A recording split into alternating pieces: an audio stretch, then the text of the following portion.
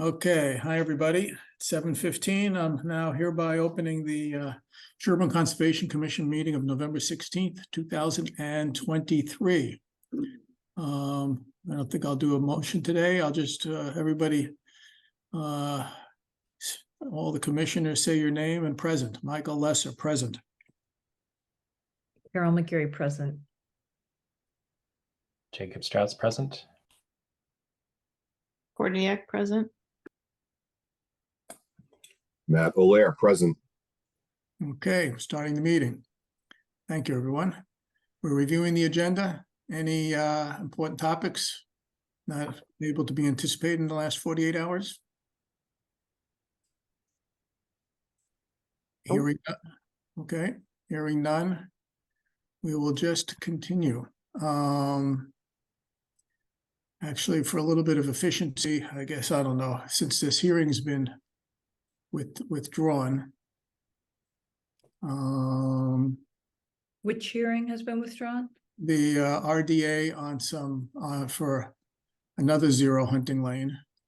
I guess that's the generic address for lots without an address yet. They had some wells there. They wanted to do a 48-hour pump test from existing wells, but the application has been withdrawn. So there's no hearing there. Michael and Joyce or whoever, often if I don't make it to the site walk and I'm trying to figure out where a particular property is, I can't tell because they're called, just as you said, they're designated, 0 Maple Street, 0 Hunting Lane. Is there any way that we could just tell the commission? We do include the map and assessor's map and lot number. I know, but who knows where that is on a. If you go to the, well, maybe sometime we can talk about it. We'll see what we can do to get more information to you. But you can also always go onto the assessor's website if you question it. But we can provide more information. I see. Okay. Yeah. I mean, it'd be great if it were the actual street address because that shows up on Oliver and it shows up on. If it doesn't have a street address, we can't give it to you. Right. Yes, I know that, but they're usually carved off of another property, right? No, not in this case. Not in this case. So it's not always true. We could try to give a neighboring property. But okay, so we're not having that hearing. The next agenda item is not really a hearing, so we don't have to wait. There was a request to extend an order of resource area delineation in ORAD by Toll Brothers for 0 Meadowbrook Road and 0 Coolidge Street. The last week we did a vote to extend it subject to a plan. And now, as it turns out, that based on the DEP regs, that the plan has to be, in order to extend an order of conditions, the plan has to be. No, in order to extend an order of conditions, there needs to be a letter from a qualified individual stating that the original wetland delineation is still valid. Right, and that turns out to not be possible. So, because the wetlands have changed. And therefore, and we'll also review that as well. So therefore, I'm gonna basically move to rescind that previous vote because the applicant is going to what they have to do now is to basically do a new ANRAD application with a new plan that we will check. So therefore, there's going to be a new application at some point. But at this point, just to tidy up things, unless anybody has any questions, I'm gonna move to rescind that vote, and then we'll start afresh with the new ANRAD. Does anybody have any questions before I make a motion?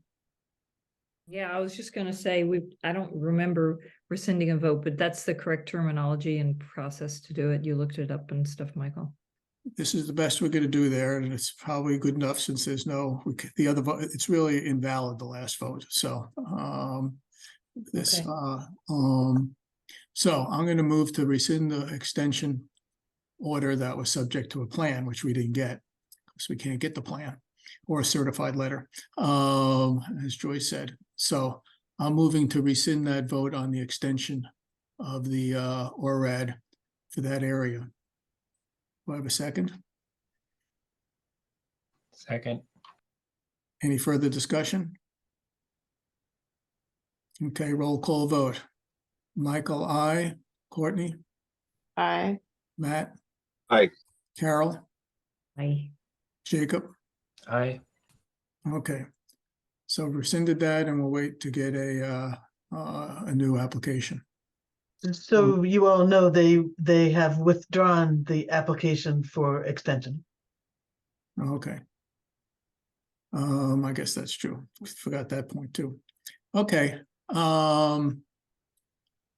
Let's see, moving on. We can now start our discussion of the Sherborn Land Management Group's discussion of some recommendations and that Kelly has brought forth. So should I put that thing up on the screen, so to speak? How do you want to do it, Kelly? It's 3 pages. I don't know if you want to put it up on the screen. Ted, there was both a summary of Ted's findings and a set of recommendations. And what we really wanted to focus on tonight was just the interim recommendations that would be done this winter. Ted really wanted to emphasize that when his final report comes in, it's going to be much more detailed and interesting than what we put in this little interim thing. That was just for context. So I think I would just ask if everybody has read it. Maybe we don't need it on the screen and can just take questions. okay, I will admit that I read it a while ago and I don't remember the details, so I would not mind at all seeing it on the screen and hearing a summary. Sorry about that, Kelly. Oh, you only got it 2 days ago.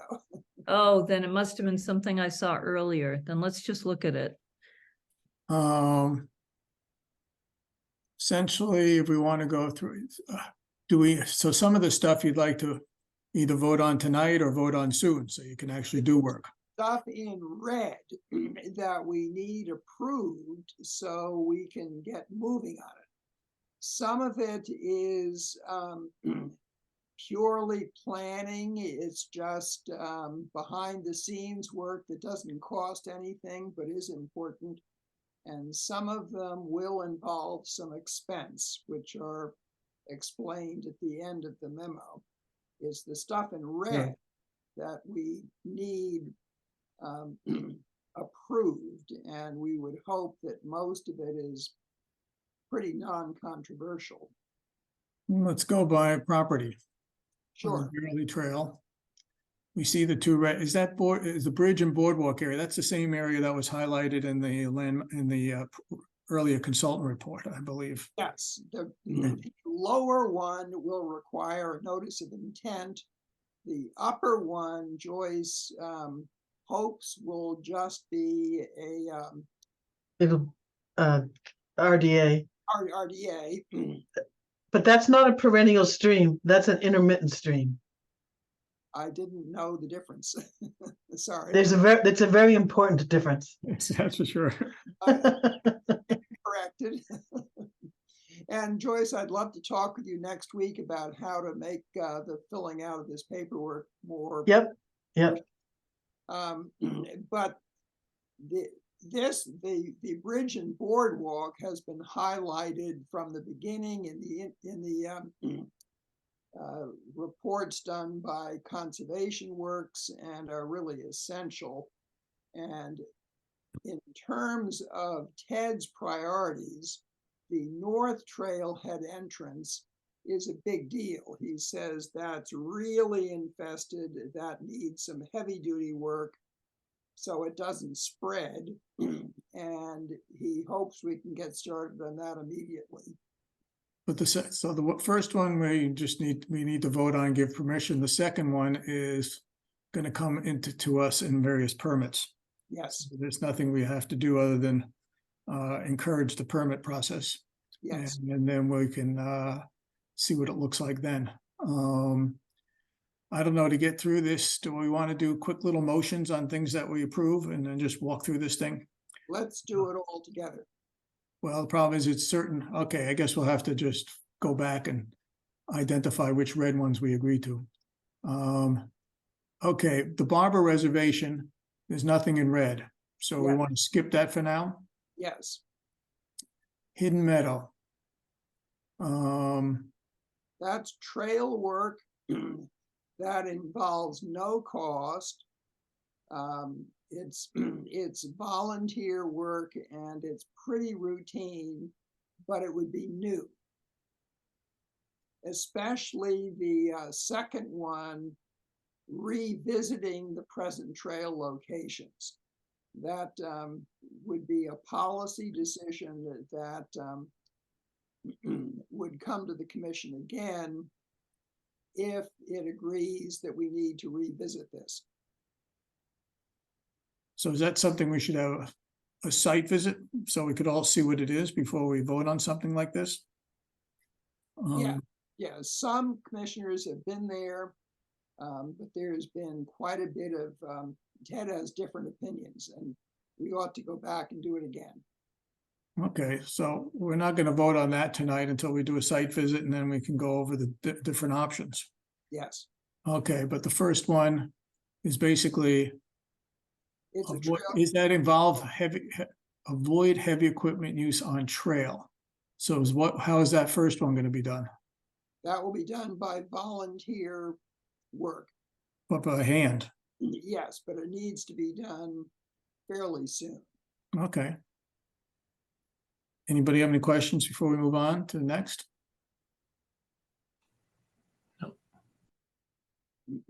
Leland and Hopestill. These are ones, the first two involve significant cost. And we have in the past hand cut the Hollis and Mill Street borders. It needs to be done again. The parking area and the entrance meadow would be new and fairly significant amount of cutting. It's primarily aesthetic, but Ted thinks it's a fairly important step. I get, right. And the second one, right, I have some questions about, given, right. I mean, it's not intruding on the parking lot, No, it's pushing the borders back.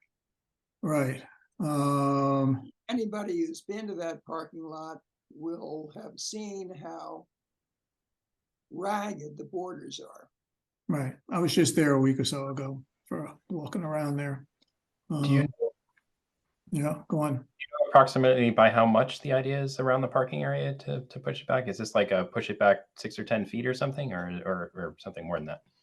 I would say that's a good range, 6 to 10 feet. That is what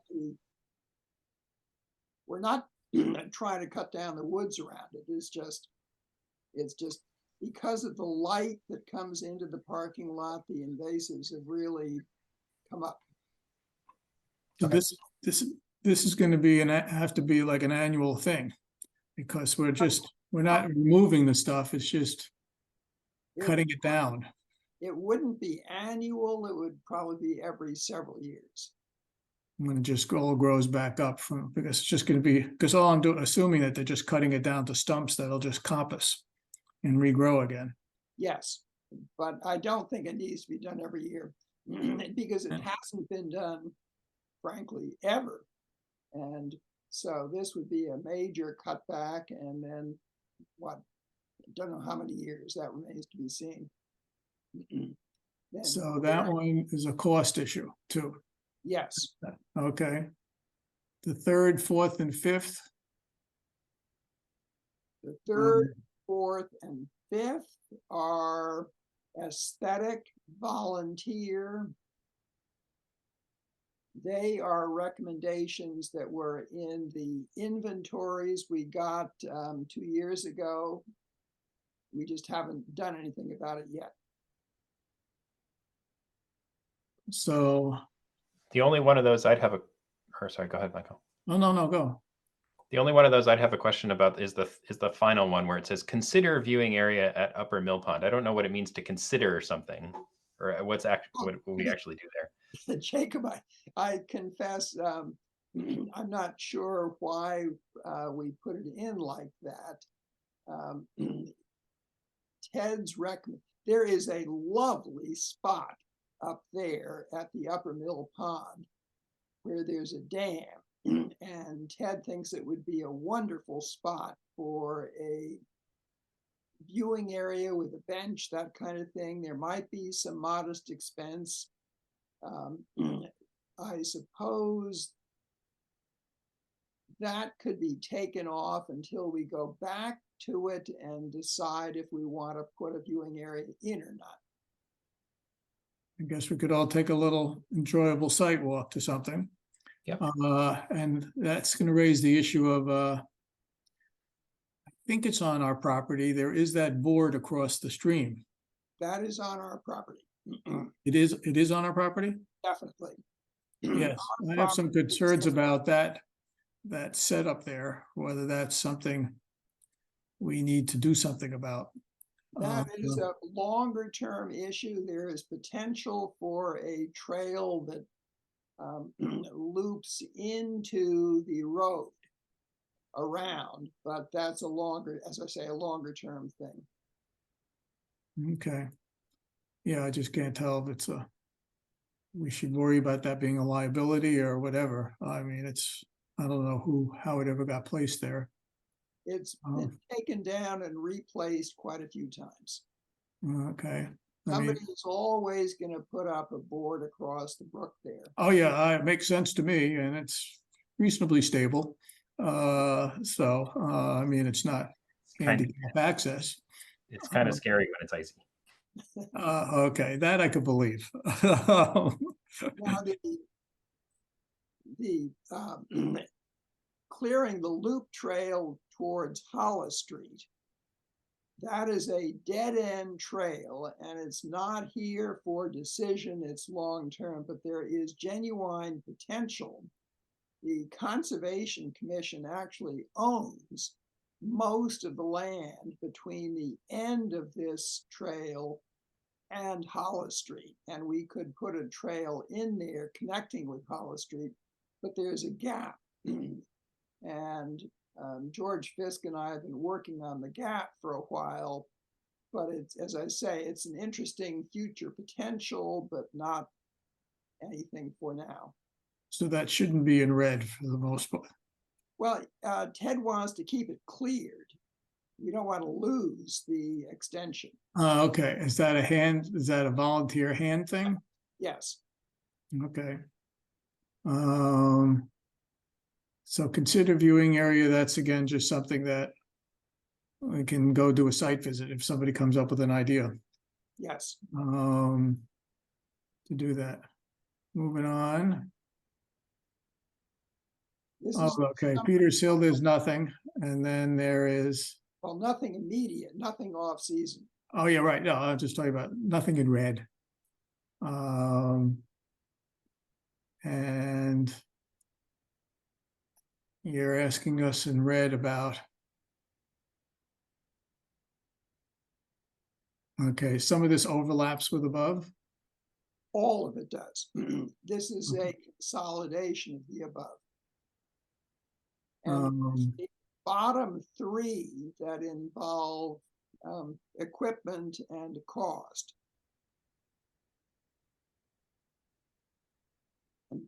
Michael, you raised a question about the $800 a day. And I would have to say that I would love to get a competitive quote, but the problem is nobody is doing this kind of work. And for the Sherborn Rural Land Foundation, they have a lot of this stuff too. And George has said he's just given up trying to find other people other than Dan Beecham. But this is, I mean, my concern was right for stuff with equipment. It made a lot of sense to me. For just hand cutting. Not a handsaw, it's power equipment, it's. They can't do long stretches with just. Oh no, even if it's just an electric chainsaw or something like that, I guess, or whatever it is. Yeah, I don't know, it just, right. I'm not sure if it's high school level stuff. No, because he's gotta know what to cut. Oh, I thought aren't we clear cutting it, basically? I don't know. That's what we did last time when I remember it there. Most of it that's come back is that, and it could be done under the supervision of somebody. As to what, or just walk through and put ribbons on stuff that we want to keep. Since I recall last time it looked very clear so that you could see the stone wall. I don't know, I guess I'd like to know what the actual dollar amount is. It's, I guess, right, you're guessing at the 4,800. I'm saying that Oh. I can't imagine it more than that. He I has guess, hmm, days for Hollis and Mill Streets, and the other two areas wouldn't be more than probably a day apiece. So estimating 6 days for all should be excessive. Can I make a comment? Please. I think this is long overdue stuff. I mean, if you know anything about invasive plants and you've walked these trails, you know there's loads of invasives, and the only way to keep them from spreading is to keep tackling them. And even though it's nice to think that we might get volunteers or, Forest and Trail could do it, I feel like it's good to have somebody who actually has expertise and can recognize the relevant plants and know where to really target his time and effort. So I think we should approve this. We haven't really done invasive management. This is the first time we've done invasive management across the entire, all of the conservation lands. So let's do it and see how it works out. That's my thinking on it. right, I agree with doing it all, I just bulk a little bit at the cost. But I'm not quite sure what the alternative is.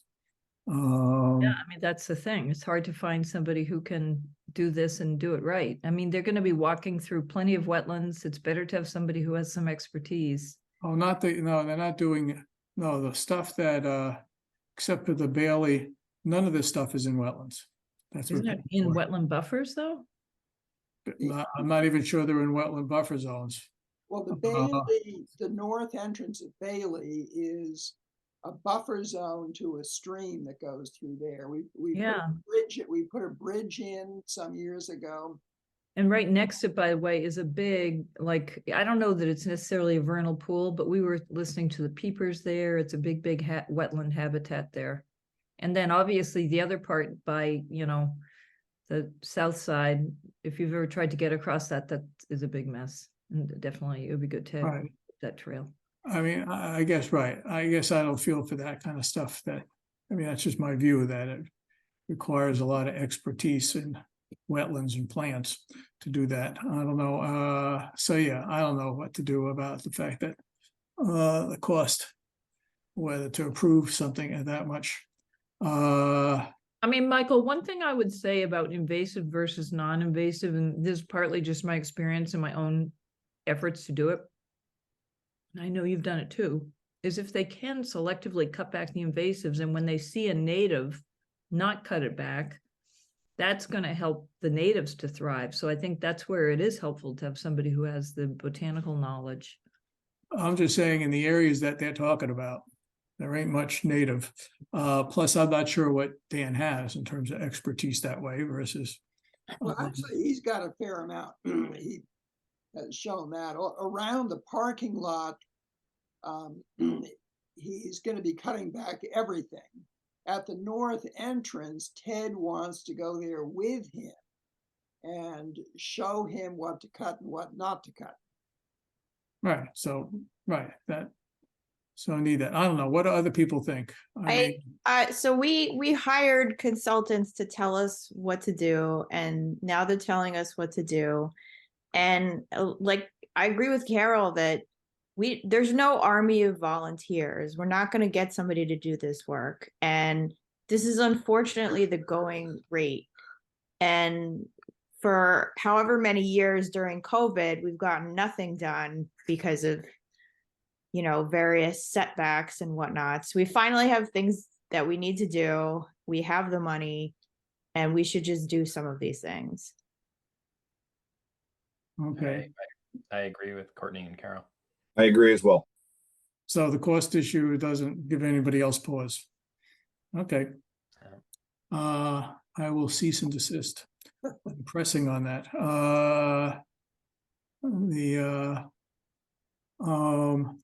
So essentially, if we're gonna do a vote, we are I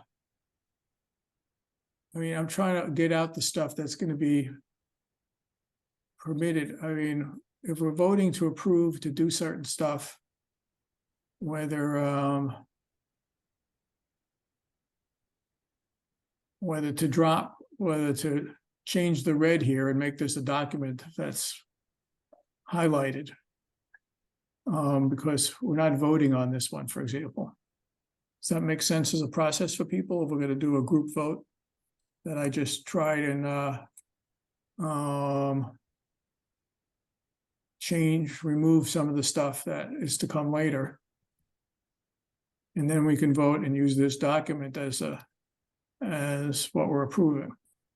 Do you want to make them a color that's different than black? So we can say, so we can have our final motion be the stuff that is in red, except for the stuff that we've changed to something else. We want to keep it that way. Let's see. I mean, we'd always have this document there. So clear the sides, that's done by hand. This one, we're going to do a site walk. And then we'll decide it. People can comment if I'm being too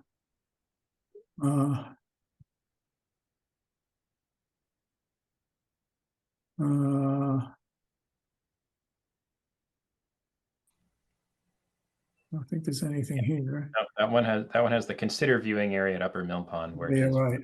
That's really a site walk.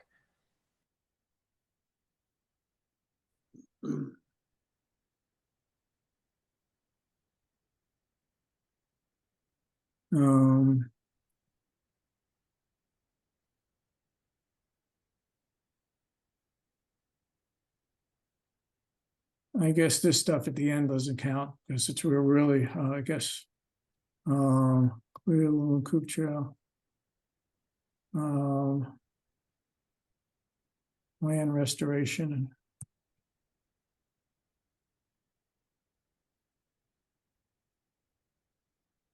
How's that? Everybody feel comfortable with what I just did? I think so. Bunch of crickets out there. Michael, clarify if you would, the blue versus the red. What is? We're only voting to approve the red. The blue is our priorities that we didn't want to lose, but we're going to just be voting on the red. I see. Because the other stuff requires other work.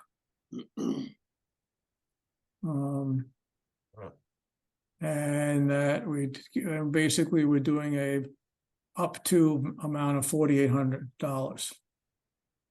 And hopefully it'll be less, but that the way people want, that people feel comfortable with the motion that way. Yep. Sure. Okay, I move that we approve these land management activities in red in this document. And to the extent needed, there's a budget of up to $4,800. Second. Any further discussion?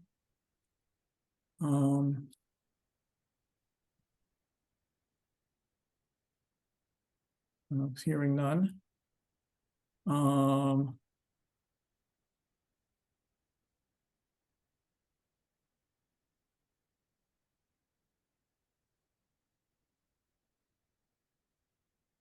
Sorry, okay, roll call vote, Michael, I. Courtney, I, Carol, I, Jacob, Aye. Matt, Aye. okay. We've got this and we'll put this in with the file there.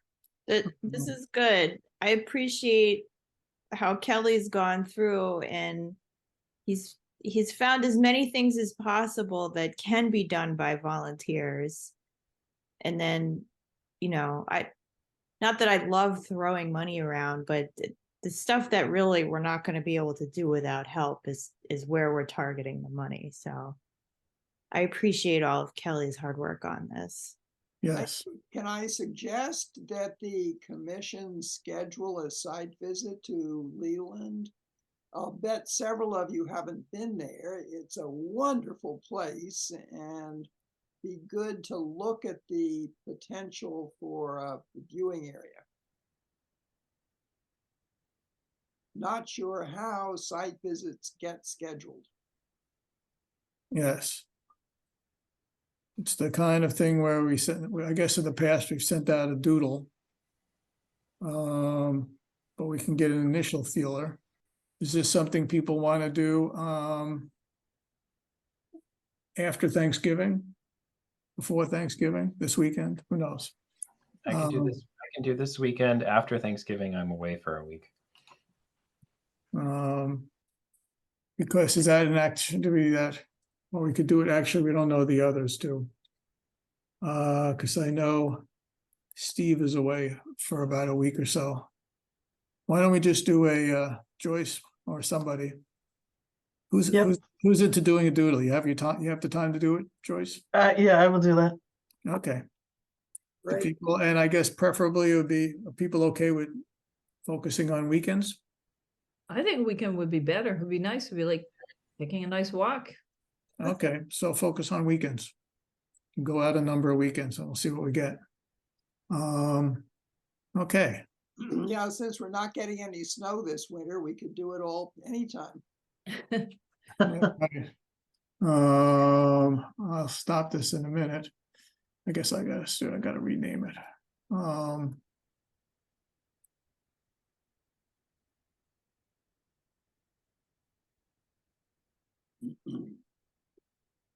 Okay.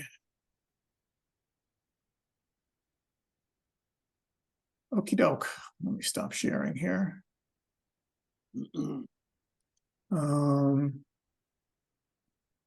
And going back to our agenda, let's see, it's 7:48. It's 12 minutes before we have the continued hearing. I'm gonna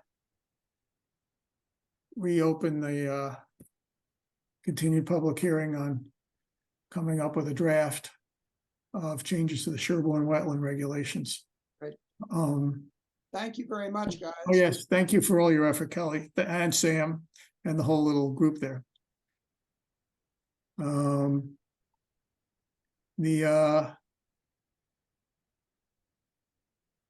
Okay, since we only have about basically 10 minutes. People, I guess we had some, maybe I'll just open it up. I got some feedback from Jacob. On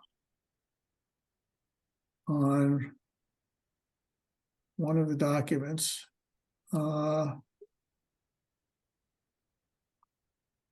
And I think maybe I'll just actually open that up here and see whether we go through some of this. Yeah, they were mostly wording suggestions, and I think there were only one or two material questions or comments. Oops. Something went a little awry in my opening it up. Okay, let me do a little share here. Where's my Zoom? I lost you guys.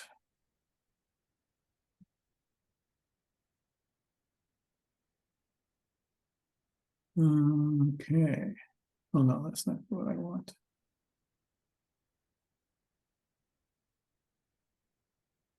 Okay, this is too small. I'll make it bigger.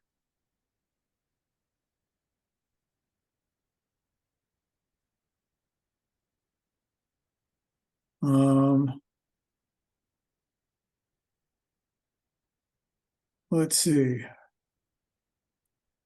Did people get to, how do you want to do this? Do people actually read this thing? Or we could just have to just sort of walk through it, start to walk through it. Yes, I read it. Did you have any comments on what what the draft is here? You know, I think most of this looked good to me. I think I had.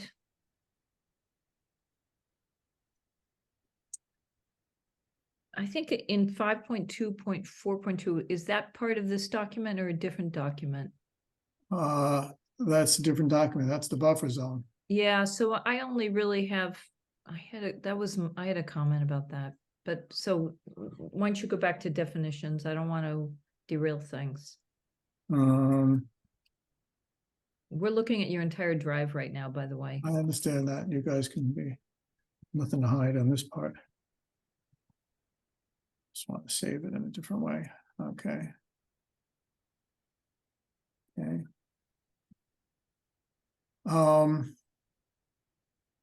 Right, I was concerned about that we have to be careful about credible evidence. You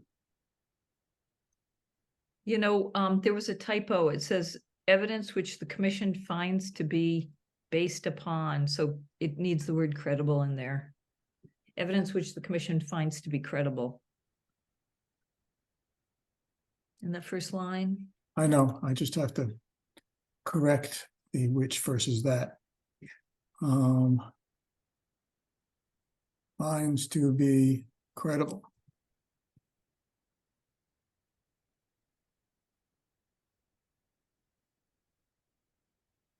Right, obviously there's a judgment issue here. And just comes down to whoever's on the commission's judgment about that. Because this is where it comes down to that issue of a preponderance. If somebody wants to say to counter something, some presumptions, this is where that definition comes in. Okay. Cumulative effect, the asterisk ones are new ones.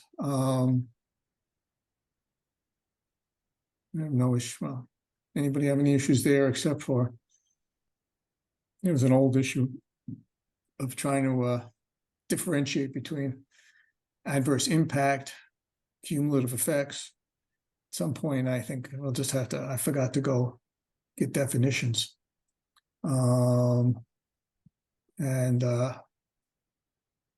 that we don't have to deal with tonight. I'll just go, or somebody can go look at actual definitions and see what's consistent with what we have and use. Date of issue. We'll go clean that up. So nobody had any issues there. Looks like Jacob had something here.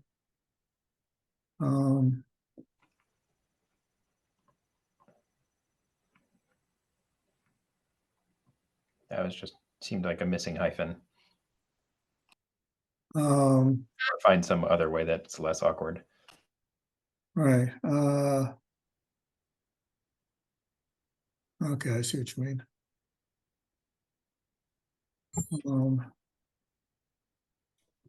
So this is some changes we'd make to existing text.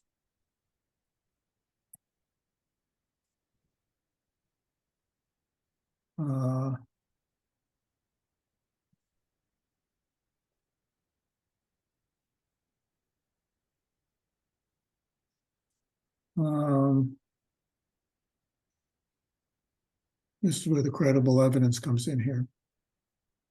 Michael, can you make it a little bit bigger? Sure.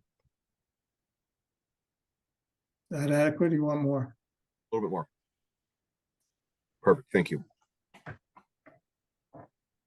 Does that mean you weren't reading the earlier stuff?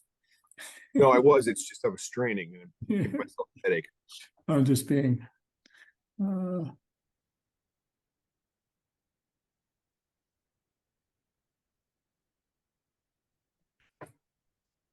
gonna scroll. Can I scroll up a little more?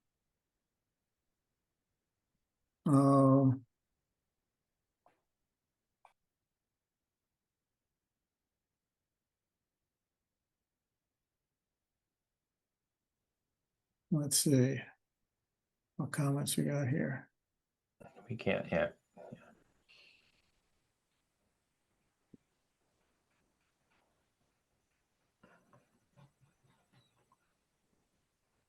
Right, that is an issue. Some people have argued that the straight cultivars don't survive as well, or even though they're native, but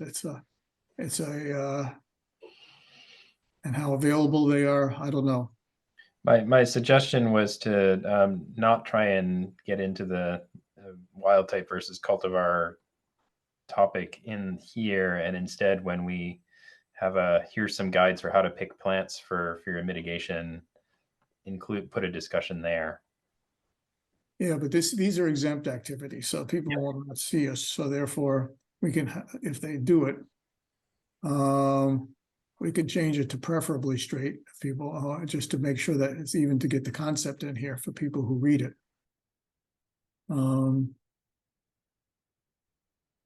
What do people think? I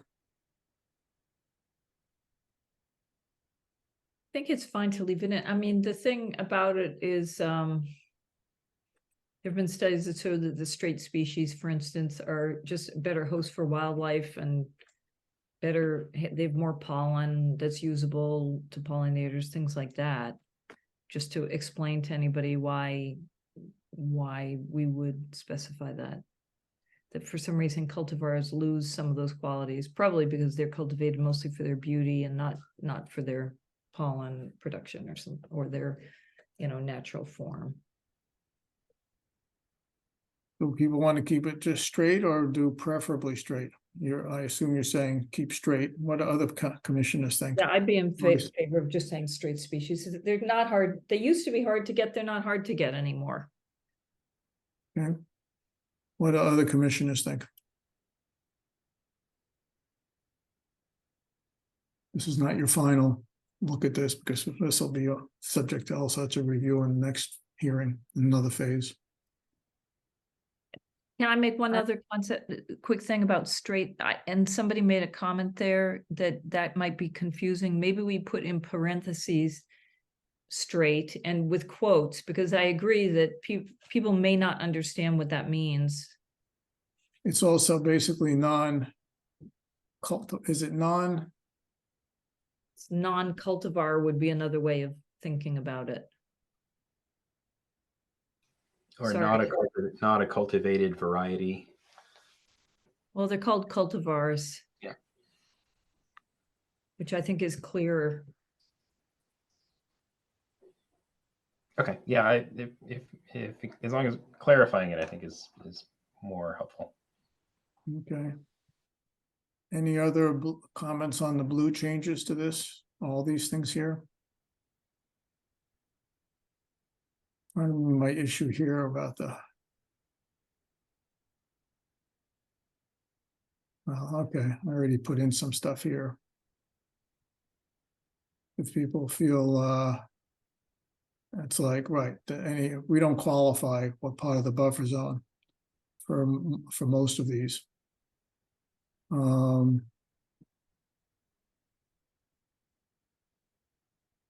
of them would be not appropriate anyway. People don't have any comments on that, then I'll drop that one. Can't remember how we actually deal with this. I do think that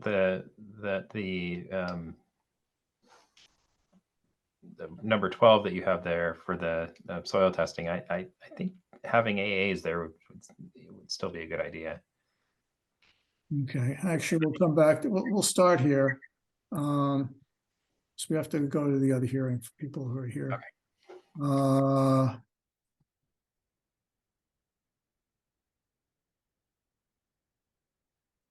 Let's see here.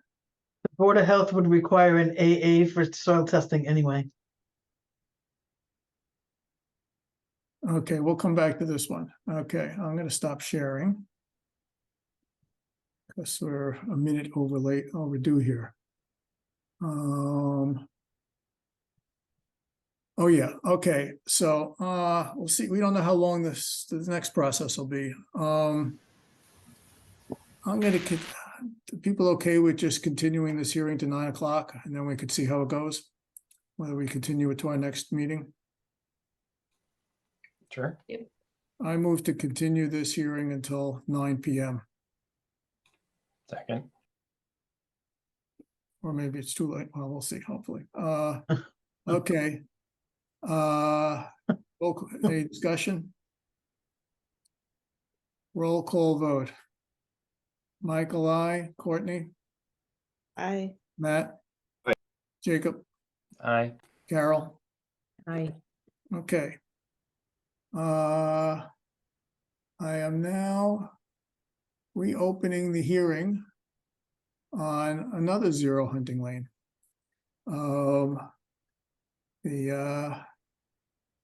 I guess we know which one it is.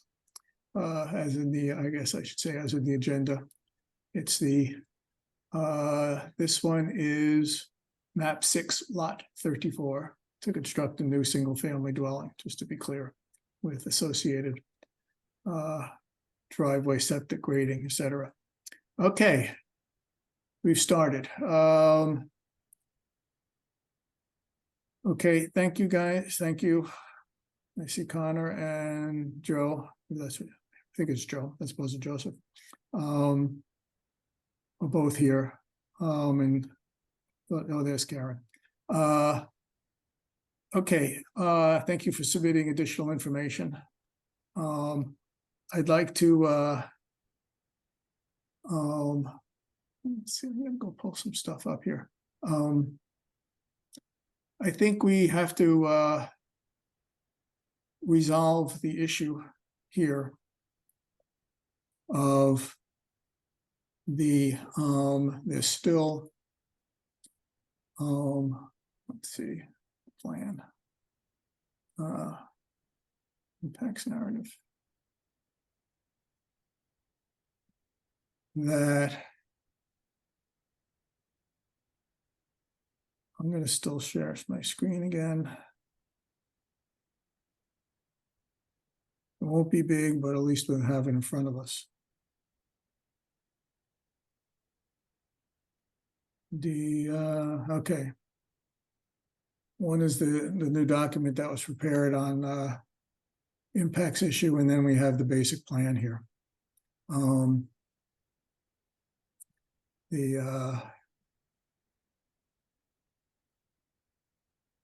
Whoa, that really didn't do it. Excuse me, Michael. Yeah. There was I'm not sure that that's the latest mitigation plan that exists. We supplied maybe it didn't. I don't know. That's just not the right one. I have a different one that I can share. Does it change the location of the house? No, it doesn't. It just has additional mitigation, which we speak about in the narrative that you pulled up. Right, then we'll come back to that. Because the issue is, I think I just want to get at the issue on where the commission is and on the issue of just, there's this, it's an unaltered buffer zone. And it's very unusual to have I mean, we've had sometimes a little bit of plantings and things in the unaltered whatever in another place, but to have a significant percentage of a building in this unaltered outer buffer zone, which we generally don't like to permit. So I'd like the commission to talk about I guess I'll just start of the thing of whether, I don't know whether, I don't know how to go at it, of just basically, we've requested whether some of that building, unless there'd be less alteration in the buffer zone, given that that's all just impervious and, I mean, obviously to the stormwater, but there's a lot of tree cutting and other things there. So I guess the request again is to see whether there's normally, however the process went, that you sort of came up with your design without dealing with us earlier about it. But I guess I would just like to bring up the issue again of whether there's any, what the possibility is of moving or changing so that there's less alteration of the outer buffer zone that's currently unaltered. Yeah, so there's no opportunity to move the house at this point. I think we have an updated plan that we sent you that I'd like to take a look at, because it shows some differences to the mitigation plan.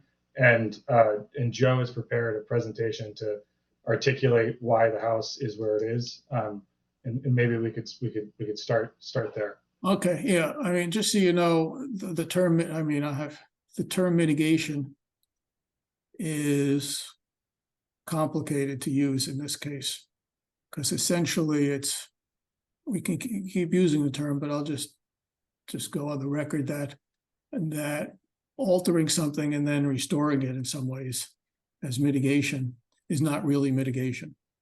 Mitigation is when there's some other altered area, for example, that then gets restored to natural and such, or there's some other improvements. But I sometimes have a little difficulty using the word mitigation here. It's obviously trying to lessen the impact overall. That's another way of calling mitigation, but okay, then maybe in that case, I will stop sharing and let you do your presentation if you have something then. And then we could go back to this issue, because I just want to get this resolved sooner than later. All right, let me share real quick. I'm gonna, I did have a presentation prepared, but you know, based on your comments there, I'll try to, I'm not gonna do my presentation as I had prepared it. I'm gonna try to just kind of cut to the chase here.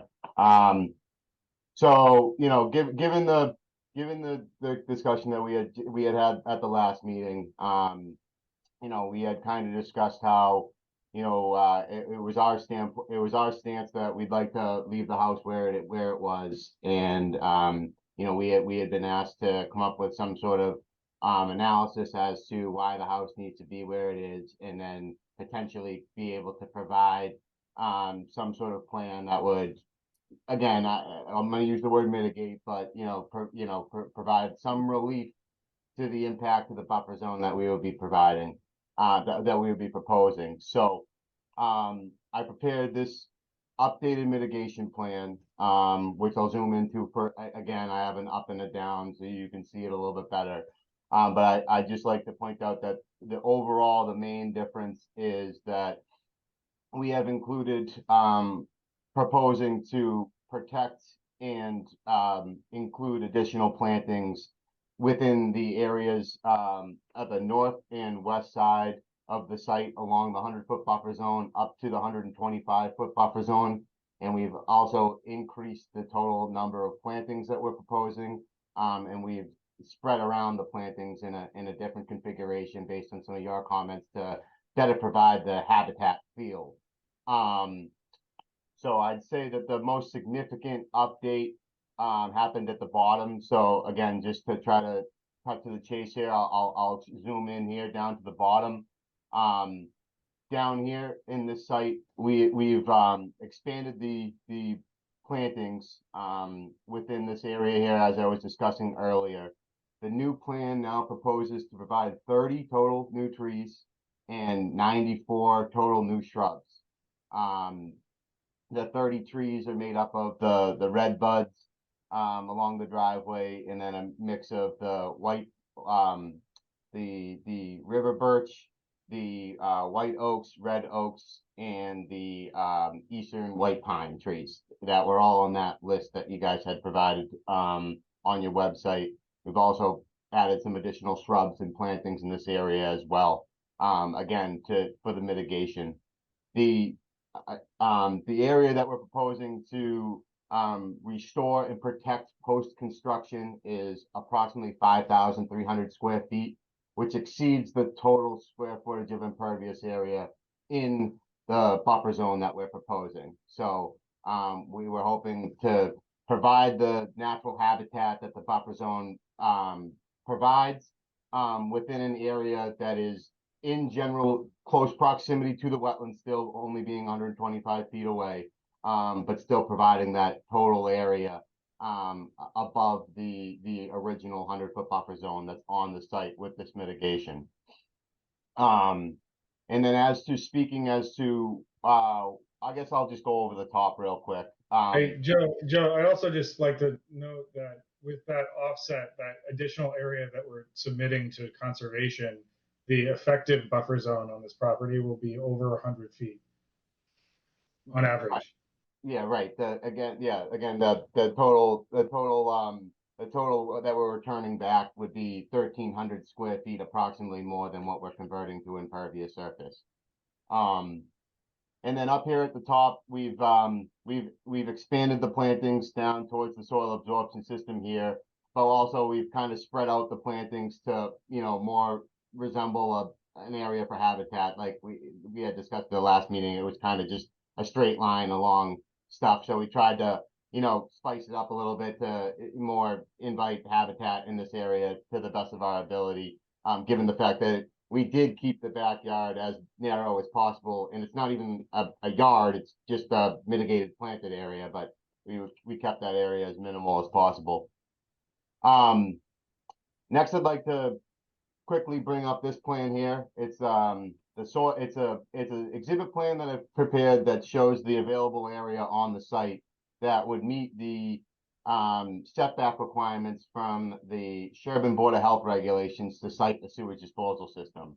So you can see that this red rectangle here represents our soil absorption field, given the perk rates of the soil on the site.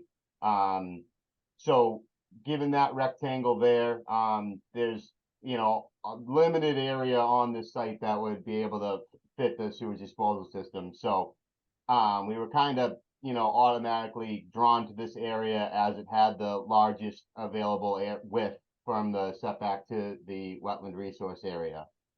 Additionally, as you can see, the natural existing contours in here actually widen out more than where, like, as you can see further down the site or down into this area or up into this area, the slopes are a lot steeper. This area provides a little bit of a flatter area that was also better for the original design of the sewage disposal system. The layout of the system is configured at this angle to be parallel with the contours, as we have a step down system to try to minimize the amount of fill that's required for the sewage disposal system to limit the height of the retaining wall, which also would limit the disturbance that's going on the site. So that was the first thing that we really looked into when we were trying to site everything on this property. And then after that was designed, I've got this plan here, which then kind of shows after the sewage disposal system was designed and you have the 20-foot setback from the sewage disposal system to a proposed dwelling.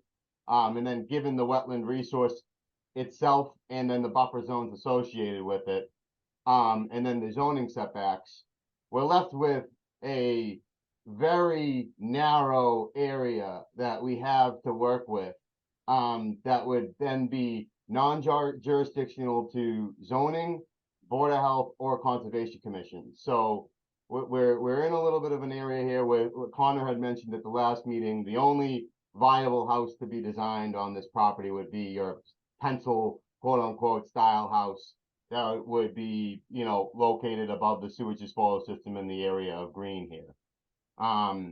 So understanding that, you know, to meet the needs of the applicant in designing the house, and understanding that we were going to be before you in one form or fashion to develop this house. The applicant worked with his architect, GMT Home Designs, to develop the home that would be functional for his family and also provide some appeal. And we were hoping that, again, I'll call it mitigation, and we were hoping that the proposed mitigation that we're providing within the 125-foot area, as well as the mitigation that we're providing within the buffer zone itself, and only turning 7.8% of the buffer zone to impervious surface, that, you know, we would be able to work with you guys to develop some sort of way forward to construct the dwelling on this property in the fashion where we have it proposed right now. That's generally it in a nutshell. I won't really go too much further than that. I'd like to hear your guys's, you know, feedback and things of that nature. Okay, thank you. You know, I guess maybe I got a little confused in our files as to where this new plan went. It makes more sense because I didn't understand some of your comments about having more area without this plan. So I could see where you're now trying to protect an additional area, even though we'd have to figure out how we actually protect it since it's beyond our jurisdiction. But it certainly has some value in terms of wildlife. We'd be open to, I mean, I know something that I've seen in a lot of, I'm sorry to cut you off, but no, that's all right. I've seen in a lot of circumstances that bollard system, or like the post system. I don't know if that's something that you guys do in town with the plaques or whatever on the top. We'd be willing to, you know, permanently delineate that line as an area that's to be, you know, used for the sole purpose of naturalizing the vegetation to provide that habitat that you know, we're trying to establish as part of this project, understanding that, you know, we are removing some by proposing what we're proposing. Okay, we can work on that if we move forward this way. Okay, to get us decided, I'm going to bring it up to just the commissioners, so that we can get over this issue of whether this is, given what they're proposing and not moving the house, whether based on we could do all sorts of conditioning if we decide to go ahead. But it's unusual to have this in any case. Appreciate all the the additional offered protected land, which would normally be protected. I just want to get commissioners' opinions about whether they would, whether we can just move forward, or whether we would actually deny a project with this surface here, versus basically trying to condition it. So I'd like to hear from some others before I go. May I? Sure. You know, taking a step back in our discussions about the local wetlands regs, our local wetlands regs, we've all made a fairly significant effort to build some subjectivity into that. And I think that this project is a pretty perfect example of why some flexibility can be needed. You know, I'm disinclined to tell one of our neighbors that they simply cannot build on their piece of land, the house for their family. And, you know, Michael, you mentioned last time, I'm also disinclined to tell someone how they can build their house. But with that being said, it's now clear to me, and I am comfortable with the fact that the applicant has done, and his contractor and Joseph have done everything that they can to, as minimally as possible, impact the buffer zone, keeping in mind the setback issues, keeping in mind the grading issues. And I think they drafted, as compliant a plan as is practical, really. And now they've pretty much done everything that we've asked them to do, as best I could tell. I think that the mitigation that they've offered is reasonable under the circumstances, and I'm comfortable moving forward with all that being said. Okay, thank you.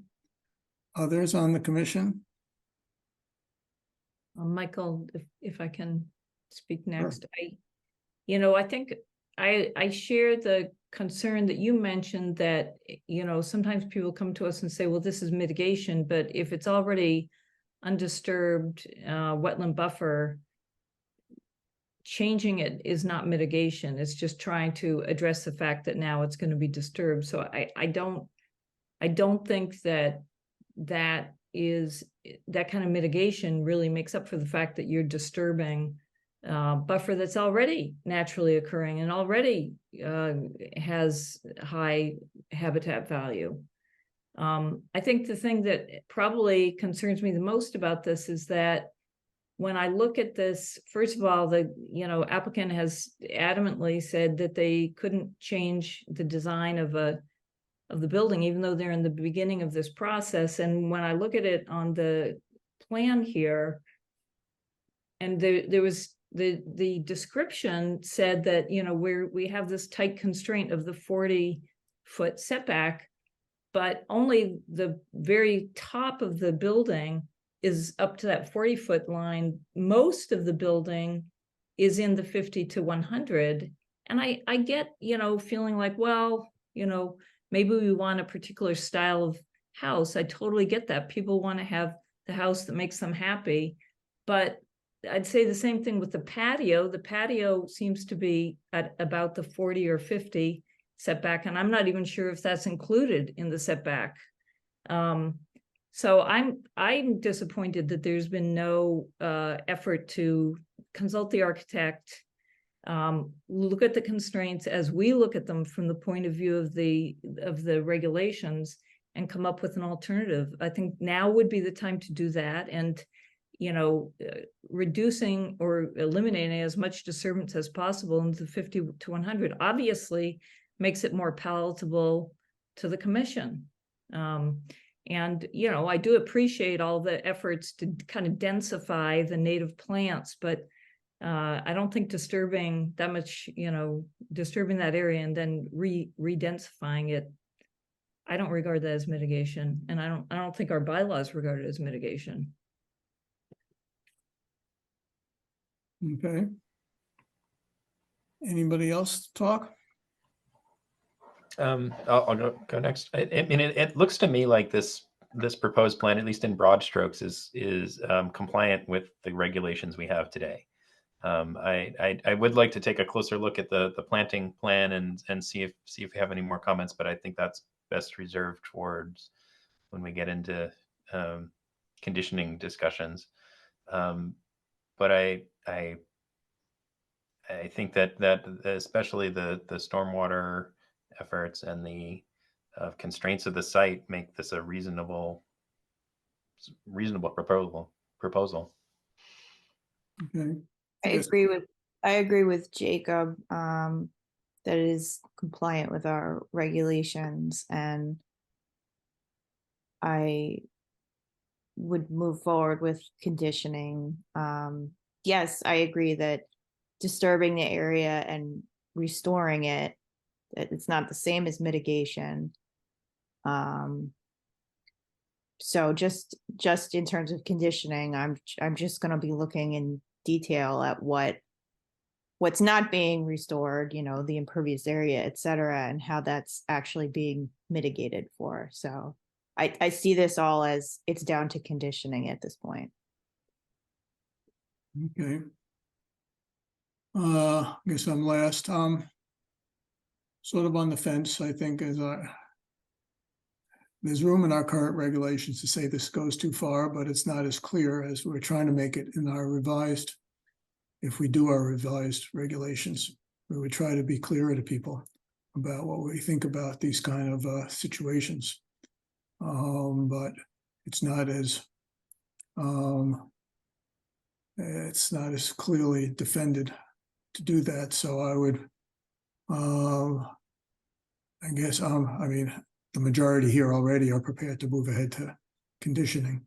And I guess I would go along with that, and it comes down to that we basically, right, I guess I'd just move ahead with the conditioning and see what we could do. And I'll still repeat the fact that, right, there's no, I mean, the only thing that I would say is possibly mitigation. I guess really is mitigation is the new area from the 100 to the 125, which I appreciate that is something in an area that we don't have the ability to protect from any development. And although it would have limited ability to do much there anyway because of the septic system, but so that makes a difference to me, that there's an equivalent area, at least, and more, if I heard it correctly, in terms of the square footage of the house in the buffer zone compared to that other area. That makes a significant difference to me, although we have to figure out how to protect that in any long-standing way.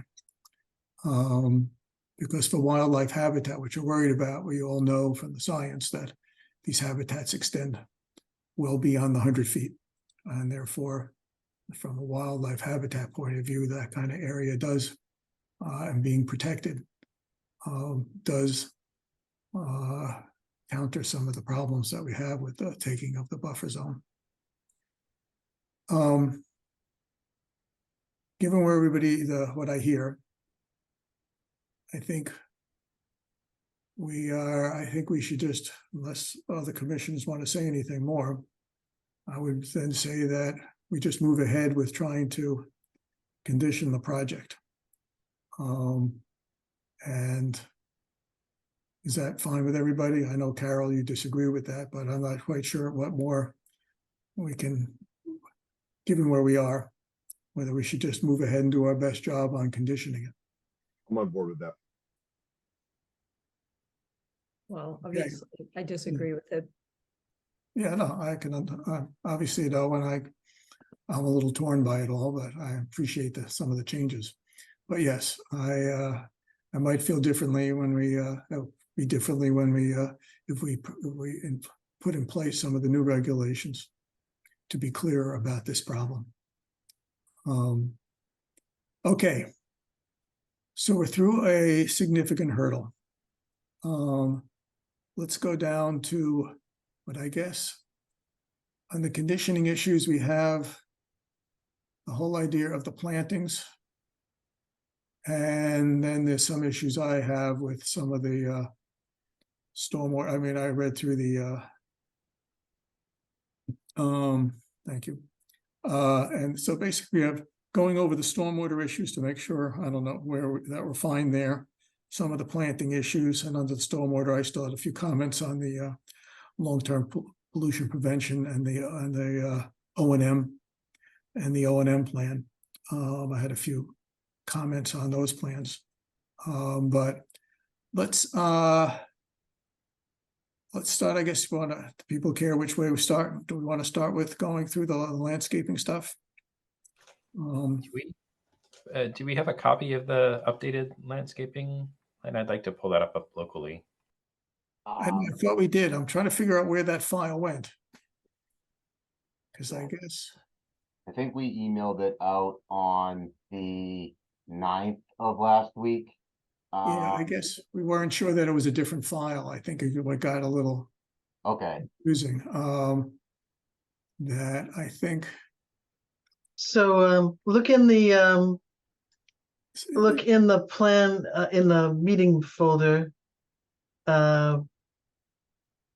under new plan 10/25/23, and it's exhibit 1. Oh, that's why. Okay. Okay, oh, it's just there now. Okay, because you're right. When I looked through this, I was reading the other things. See that? Okay, no, thank you. Okay. Okay, there we go. Okay, let's go through this so we can see where we can go here.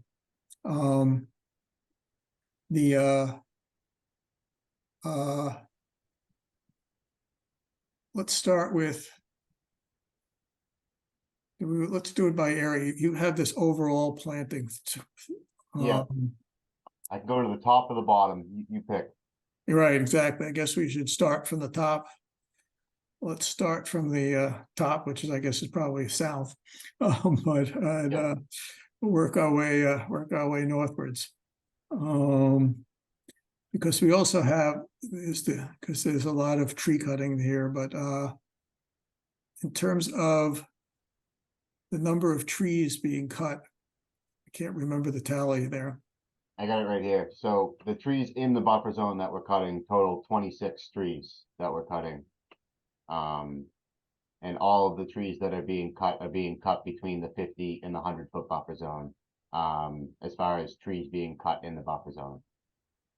Okay. There's a couple of trees outside of the buffer zone that we're cutting that were also located. That are 7 trees. There's of the located trees on the property right now, there's 33, but of the ones in the buffer zone, it's 26.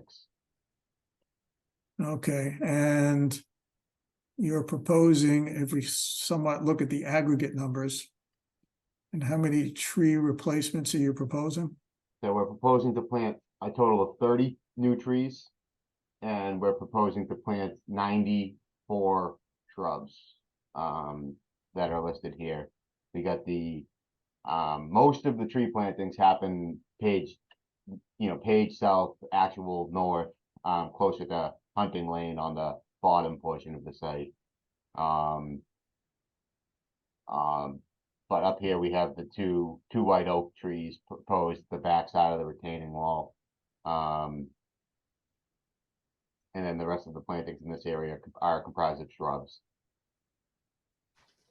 So Okay. for the area near the house on this light green area, are the shrubs you're proposing there? Is that the ones that are written in pink, sort of over the house itself, or is that? Yeah. I thought it would get confusing to try to add labels next to each one of these, so I have like a master legend here. The ones back here are the 51, and then this 20 that I have labeled here are for the ones that are along the sewage disposal system wall and staircase. So there's 51 shrubs proposed in this general vicinity. Let's start. I'd actually like to do it by layer almost. The trees.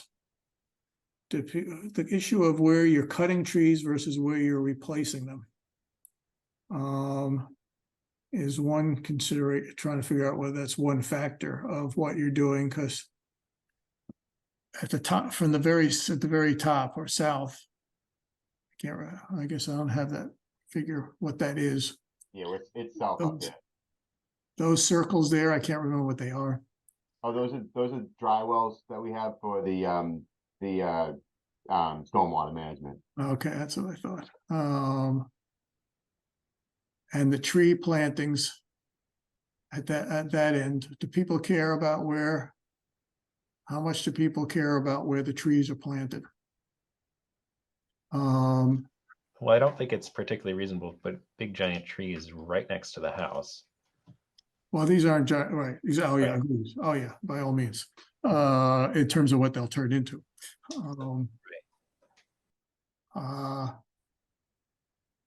I don't know. Actually, I don't know where to start with. So what do people think of the list itself? People who are more into it. Carol, Joyce, Courtney. I don't know whether Matt and Jacob have it. I'm not. Well, I wouldn't mind a little bit more diversity in the species types. For example, I don't see any maples called out there. And there's more kinds of birches around. Joyce, were you about to say something? I'm a fan of birches. No. I think we're very, very, very open to the different types of trees. I think we picked these off of the guidance that you have published, but I think if you have other ideas, I'm gonna have to Google some of these Latin names, but we're open to a lot. Well, I would say if you like birches, you know what's a bunch of it is growing around here because I'm just over the hill from over the hill from you is black birch. Those are quite nice trees. There's a lot of that growing around. Yeah, I'd second that. I know the river birches are more common amongst the landscapers, but they're not all that common here naturally. Let's see. Okay, I'll get rid of this. I'm sorry. I was just. No, I'm just trying to figure out how we, I mean, in the past, this is a more extensive landscaping plan that at some times in the past we've had it, whether we wrestle through it as at a meeting versus it's done in between a meeting just to get it finalized. But let's, we're okay. The quantity of trees and shrubs, I guess, I guess overall looks, I guess, fairly reasonable to me, but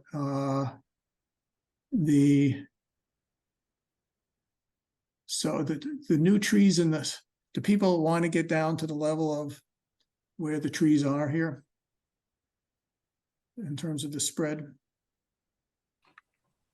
I mean, there's proposed, what I see proposed is 2 white oaks that are near the edges of the retaining wall, and those should get quite large over the years. Mm-hmm. Right. I mean, some of the choices are up to them to some extent. It's just a matter of whether we have any particular wetland-based protection criteria to apply to where things should be. I mean, It's up to them.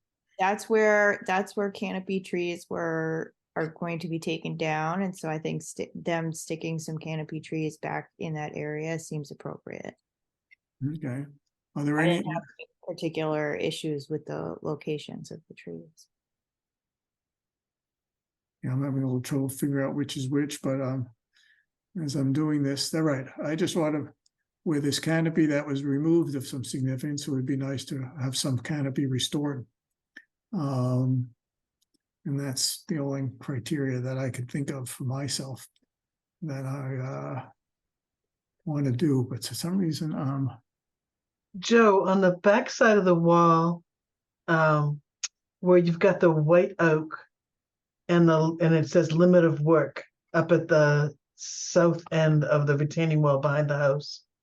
In that area, you've got a dark green, meaning that you're not disturbing it, but what's the canopy there? Is there a opportunity to put some trees behind the erosion control barrier in the 50 to the 100? See where you have, there's like a space between all the green existing trees? Yeah, I mean, I guess this was like a twofold thing. We're trying to limit the total disturbance on the plan just for. Well, planting, yeah, but planting is okay. Yeah. So in that case, yes. I mean, you know, if it is better to, you know, move some of our plantings, you know, within that area, you know, yes, we could definitely do that. So I just back to Joyce. Courtney's. Joyce, just a clarifying question. You're talking about the area between the retaining wall and the limit of work, not in the 50. No, Joe, can you put your Yeah, I think, are you talking about like Just- right here? Like, no, keep going up, keep going towards the other end of the house. up here? Like right in that area, like in there. Now, Okay.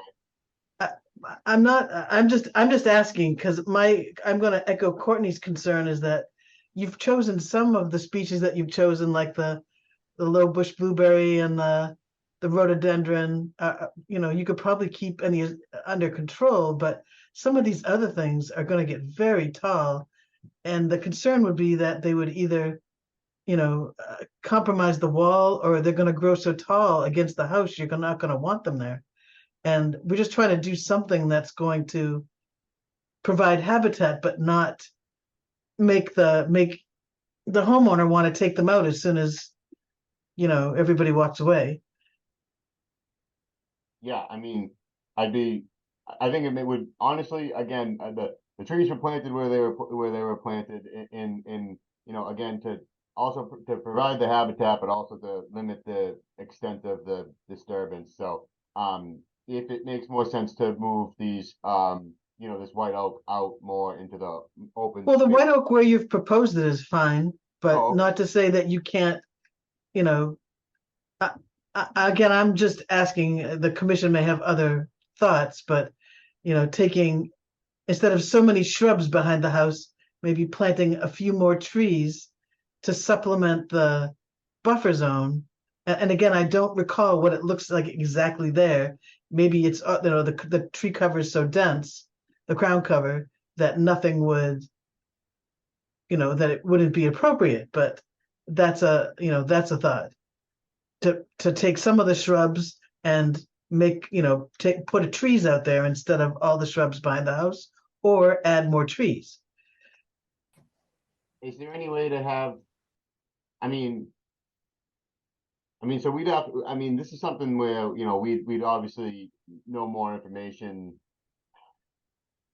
Yeah, that's I'm gonna intervene and say something we've done in the past with this is that it gets hard to micromanage this kind of thing here, and that sometimes it's worked better, and whether to consider the fact that once we know sort of some agreement on the aggregate numbers of plantings, even though that could change, that we've had a process where once they're ready to actually do the landscaping, once the project has sort of moved ahead and done it all, that we've had that sort of a final landscape plan is then submitted, which would include basically walking a little bit of field work by the agent on the site there. And then, this has a lot more plantings than most of our landscape, but that we can do the condition of that we've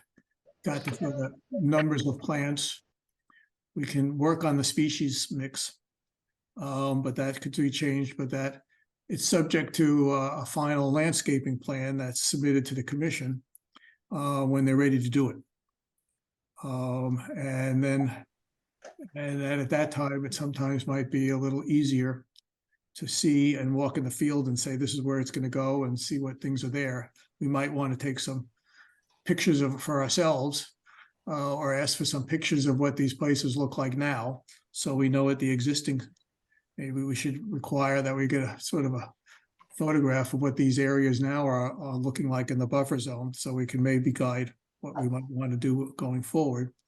But I would suggest maybe that we work on whether we're okay with the sort of rough aggregate numbers, which we could still play with later in terms of swapping trees for shrubs for trees, but that we condition this subject to approval of a final landscaping plan when they're ready to do it, and we can go see the site better.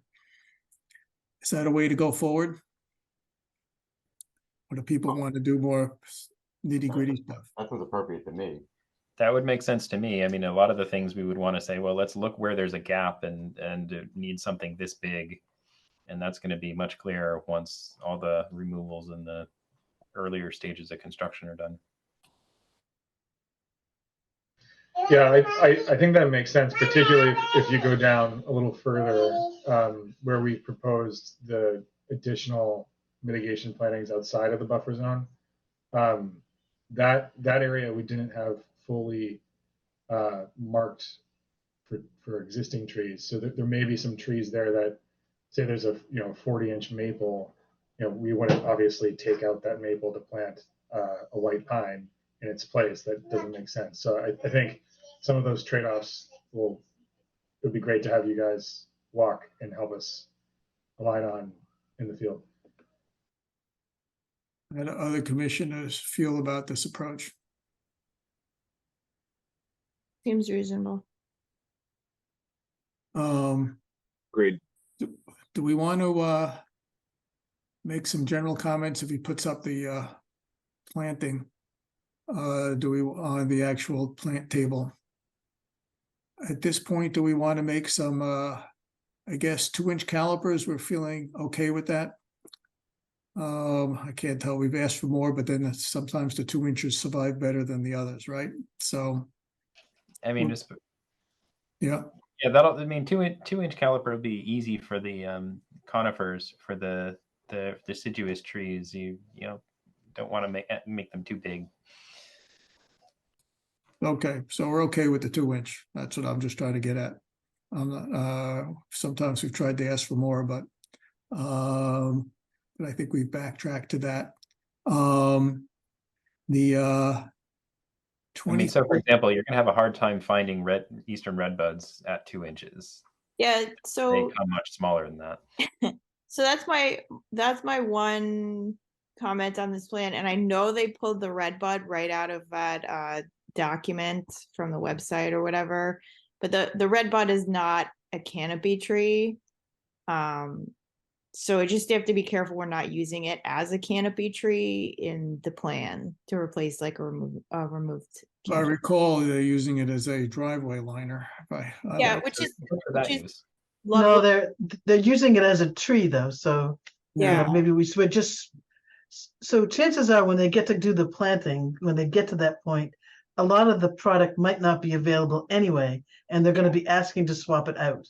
Right. But I think at this point, perhaps a different tree than the redbud, or you know, switch out the redbud with make it a shrub but put another tree in its place for the 8. Exactly. Right. Yeah, I'm not sure I want to reduce the number of trees. Right. No, I think it should be a different tree, a different 8 quantity tree. All right. Right. I mean, they could plug in any canopy tree. Like I don't know if it's too dry there for red maple. They could put red maple. They could put black birch. Just something different. You can put, I think we would live with just putting something like, that when we go to finalize, you can put red maple / black birch. And there's plenty of other native maples that would Right. fit in that category. It Yeah. could be any other, or just add to the white oak or red oak or white pines or something. Just bump up those totals. But the bottom line is we're accepting 11, 18 and 12, 30 trees. 30 trees. There should be Yes. 30 trees. 30 And trees is do we, I bullshit. mean, that's my main issue, is just as in the past, it's the quantity. of Right, trees. yeah. I was Yeah. fine with the 30 trees as a number. Okay, even though they're cutting a lot there. I mean, sometimes we've asked for more than one, but they're doing a lot of shrubs. Okay, so that if we're fine with these numbers, I guess we'll amend this list here. Whether we're basically gonna say whether this table gets revised to 30 trees of 2-inch caliber, and then underneath it, Sure. you have a list of some species to be finalized later. That we don't have to get down to the level of this number of this and this number of that we basically agree on the 30 trees. And the final landscape plan will then figure out which ones get done. Is that a way we can do it now? And we'll just list some of the species, add red maple to it, and a black birch to the list of possible trees. You don't have to, in terms of playing with I don't think to go through the effort of redoing the plan. I don't know whether it's worth redoing the plan other than just. So yes, because it's going to go to the file. So we'll just make some comments because you want them to. This is the plan that's going to the file ultimately. Right, I'm just trying to say whether if they redo the plan, whether they just drop the ER or the abbreviations and just have tree, or whether that's just put a note on the table here that just says these are tentative designations. What do people want for on the plan? The plan needs to reflect what needs to happen, as Joyce is saying. I'm sure Joyce has an idea, having done many of these plans, of how we could word it I mean, really, it's just that the only is the redbud choice. Just like we don't want to count that as a tree. Fine. So We'll just pick another tree. So Exactly. okay. we'll just pick another tree, and I'm suggesting, I can talk to Joe about that Okay. out of the meeting. and we could put 2 names in there. Okay. So that's how we're gonna deal with the landscaping issue. Because we got other conditioning to deal with. Let's go to let's see, it's 8:50. Oh, let's go to stormwater. Royce, did we have any issues about the stormwater calcs or anything else like that in terms of the sizing of things for the infiltration? I looked at it just for size. I'm not an engineer. I just looked at it for square footages and what he was providing, and I didn't have any issues. Okay. So in terms of the stormwater system itself, and I guess one question I have is, to what extent is that sized confronting what rains are like these days and the sort of change in precipitation, whether Well, you're just handling what's the inches over the surface of the impervious area? right. Yeah, so, yeah, right I'm now. trying to figure out when we get these 2 and 3 inch storms that are more frequent, and whether it's appropriately sized for that kind of stuff. Well, it's sized, it's, again, It's so, not. Yeah, it's not. It's sized using the recommendations in the Massachusetts Stormwater Handbook. Right. And it's sized to provide, more than a half inch. I don't know exactly how much more than a half inch, but, using the B soil, which is, again, this is a D soil. It really only needs to be sized for 0.1 inches, based on HSG and the Massachusetts Stormwater Handbook. But what's being provided is more than a half an inch. So it's 5 times what the Massachusetts Stormwater Handbook would recommend for recharge volume, and it exceeds the water quality volume that's recommended in the Massachusetts Stormwater Handbook as far as recharge capture volume is concerned. And we're also capturing over the minimum of 65% of the impervious area on the site. We're capturing 74% of the impervious area on the site and directing it to the recharge BMPs. So that's how it was sized, and what we sized. Okay. I guess I have no more comments about that part of it. Unless, did you have other comments, Joyce, on the stormwater? I mean, no, I'm just, so it's just taking a half an inch, so everything's basically gonna come down the driveway. Beyond that, Yeah, but it'll take the first flush and then everything beyond that. But they're not required to do more than that, right. so. Yeah, okay, I had a question about the driveway issue, at the bottom. That the, right, whether it comes down, I guess the issue of whether it floods onto the street is a whole that you'll have to deal with, because if the system doesn't work and it's going into the street, then you'll have to confront that because it doesn't meet other regs in town. So you'll have to confront that later. The system. My question is the rain garden and the feed into it, that somehow, I guess you're going to somehow get all this water to go into that one little riprap opening mouth there.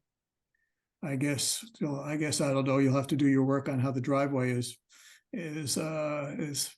paved in terms of the pitch to get it there. And one thing I had is the riprap. Basically, it's a driveway. Is there some sort of material, fabric, filter that could be placed in that riprap before it gets into the rain garden that can deal with hydrocarbons and things, since you basically have, I mean, I guess future cars, there'll be less hydraulic, there'll be less fluids.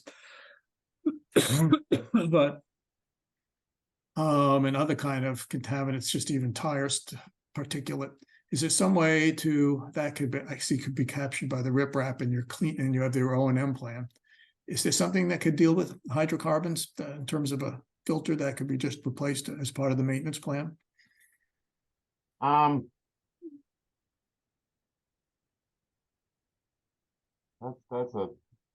That's a good question. Most of the time, the capture of and prevention of the hydrocarbons going downstream happens through the general separation at the Yeah, right. oil I've seen flow that. to the top and providing Right, a in catch basins, I have seen that Right. design. I've seen Yeah. that design, but there are catch basins that advertise some sort of filter screening. When you look at the, I guess I would like you to go see if there's something that translates, because they have them in catch basins, beyond just using separation. no, it's like a hood. Yeah, they have a hood, right? But I thought I've seen ads for, since I get a stormwater trade magazine, where they have some sort of fabric that deals with that. I would appreciate if you could just go take a look to see, Yeah. because it's a long driveway and before it goes into the rain garden, and since it's in the buffer zone, I have that request. You can obviously say that it's going too far, but I'd appreciate looking at that. That's in terms of the stormwater. I have to pull up my other file, my email. I had some issue about, I forgot to save it. Let's see, what was the landscaping? Let's go while I'm trying to find my thing there. I think in your, actually, you deal with landscape chemicals, I think, quite well in your, let's see, where is that? Sorry. If people have other conditions that they want to talk about, please do while I find something.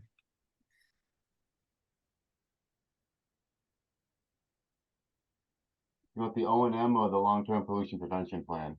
I have both. I'm gonna show it here. I'm talking about anybody for let's see here. I'm gonna just and I'll just talk about other commissioners while I do it. If you stop sharing your screen, I will just show something that we can quickly go through, and then I could just email it to you if it makes sense. Okay. Joe, have you gone to the planning board for stormwater? Or are you planning to go there? No. It's a bylaw without regulations. Our stormwater, But there's a threshold. all right, of the 1 acre of disturbance. Or is it 2? Is it 1 acre of disturbance? And they have to go, what? Let's put it this way. I'm looking it up. Hold on a sec. You guys will have to look up the stormwater bylaw. Because your amount of disturbance. Okay, running through this quickly here, if the people can even read it. I talked about the sediment forebay and some hydrocarbon.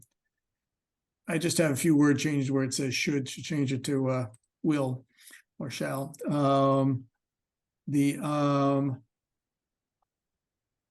I guess outside of the buffer zone, just something that I can only add qualitatively in terms of if you're going to do slow release fertilizers outside to hopefully avoid phosphorus, because it's generally not needed.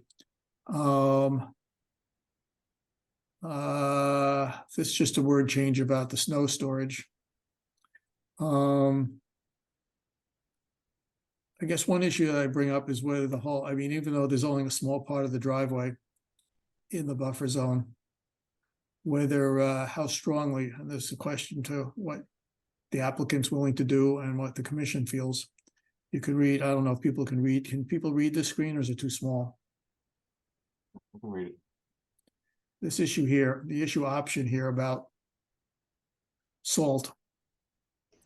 I mean, Michael, that's I don't plan on using a lot of salt, but it's a safety issue. After the driveway, if you're driving up Hunting towards Green, there's a bit of a blind raised kind of thing on the road. So it'd be pretty terrifying to get to the bottom of that and slide out into the road. Oh, I'm not saying not to use anything. I'm just trying to direct you away from sodium chloride to other de-icing options. But yes, by no means am I trying to stop you from doing some de-icing at all.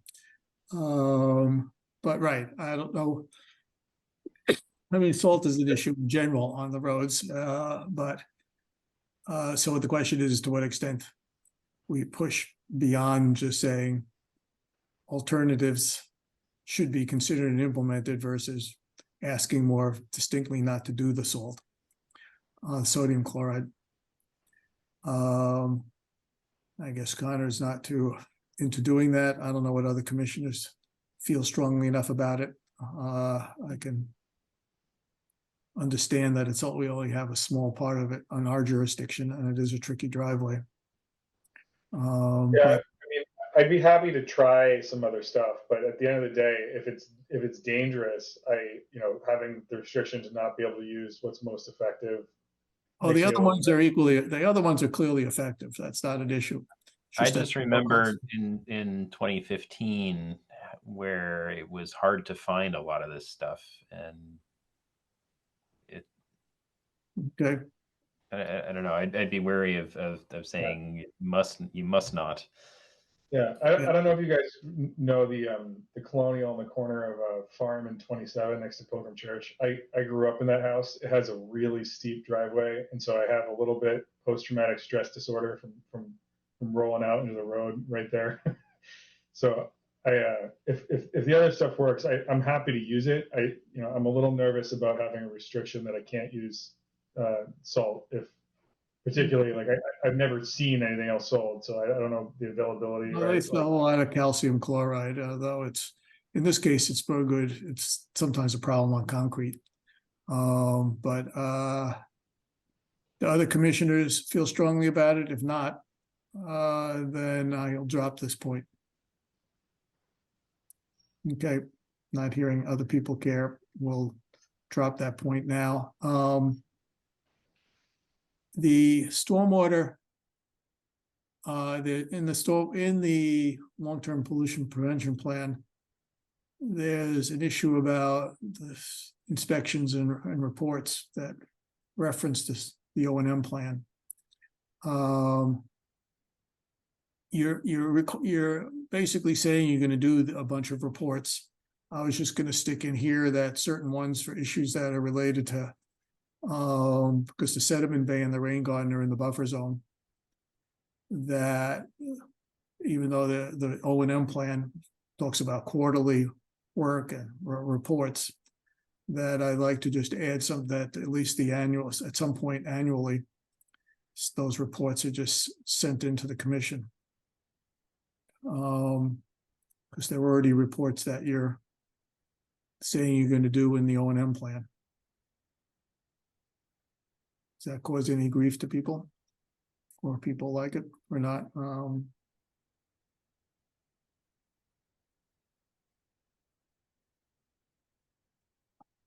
Is somebody going to look at the report? I'd like to think so at some point. I don't want to collect the report unless. I agree. I mean, that's part of one of the issues is whether we have a staff time, but I would say I would like to think that at some point we would be able to do that. I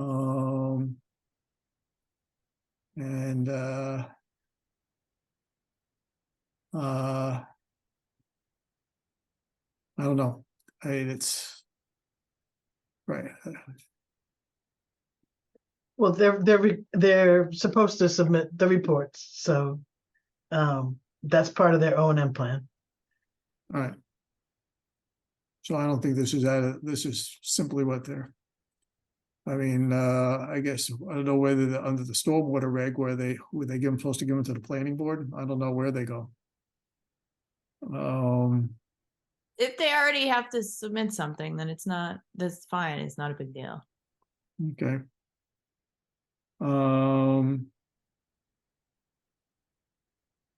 Okay, I'm sticking in a little suggesting a little qualitative thing here that's obviously not binding, but just to make people think that not to over fertilize the rain garden, especially with nitrogen, since infiltrating, we're trying to avoid nitrogen. So, but that one's, I'll email this, we'll send this to you. This brings up an issue on the landscaping plan that we have to remember that survival rates of trees and of We're going to have a monitoring period required for that.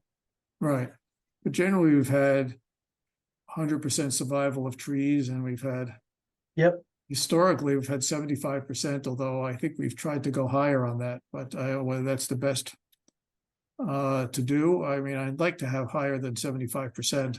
I'm not sure where that number came from. I think actually in the past, mostly you've required 100%. Okay, It's coverage, but and this is a little different. This is mitigation. well, it's not quite mitigation, but yes. Well, Okay, then we'll have the it's- 100% survival rate, and they could replace plants as needed for the after 2 growing seasons. Let's see. I would say I didn't put it in here. I'm going to stop sharing. But I think your long-term pollution prevention plan was good in terms of we're not putting chemicals in the buffer zone. So I appreciate that. Thank you. And just jumping in to say that we had continued the regulations. I know. We've often let it slip a little. To see. What other conditioning? what about wetland bounds? Oh, yeah. Since it's getting late, and I don't think we're going to close the hearing today on whether let's do quickly the wetland bounds, and do we have other conditions just to get through this so that basically we can clean up things for the next meeting so that we can close the hearing then? No, we're not going to close the hearing. We can close the hearing maybe at the next meeting, but what That's I'd what I like to mean. do, yeah, the is next take a meeting. stab at writing everything up. Right, So you all can review it. right. But yeah, I'd like to see that. I just want to get through enough stuff now that we could obviously, if we find some other conditions, we can talk about them there.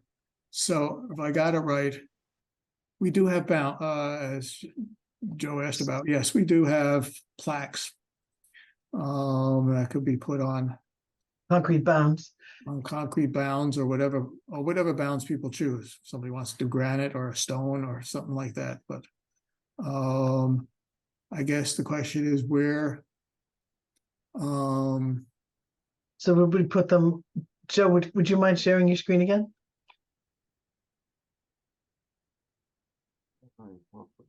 I have mine. I could just do it here because I got it. okay. So would the bounds be on the 125 from the northerly end of the 125 buffer zone to the septic system? And then what? We're gonna stick them in their windows where the buffer zone goes up against the house. No, Or do we? No. Well, it's going to be, well, where will you put them? Are you going to put them at the limit of work? Are you going to put them on top of the wall on the back of the house? well, it's really kind of the back of the house is what we're saying. Oh yeah, actually, one thing I'm gonna jump besides the valves. I wanted to make sure we go over we'll come back to this, over the herbaceous layer that goes here. But right, because they're limiting the management behind the house. And I guess I don't know how we do bounds there. Um, But they're gonna be mowing that area. I don't think you, so I would think that you would put the bounds like on the 125 till you get to the back of the septic, and then jump to the retaining wall around the back side of the house. Maybe put, the plaques, affix them to the top of the retaining wall, and then go forward at the limit of work as you go around to the south side. right. Okay, then let me ask this, the lightest green area, how is that going to be managed? In terms of what I can't remember what the planting plan is in terms of putting in a conservation seed mix there that's going to get, is that going to be left to keep it as unmanaged as possible? That's something that would just be mowed once a year. What were you thinking about for that the lightest green area with a lot of the plantings?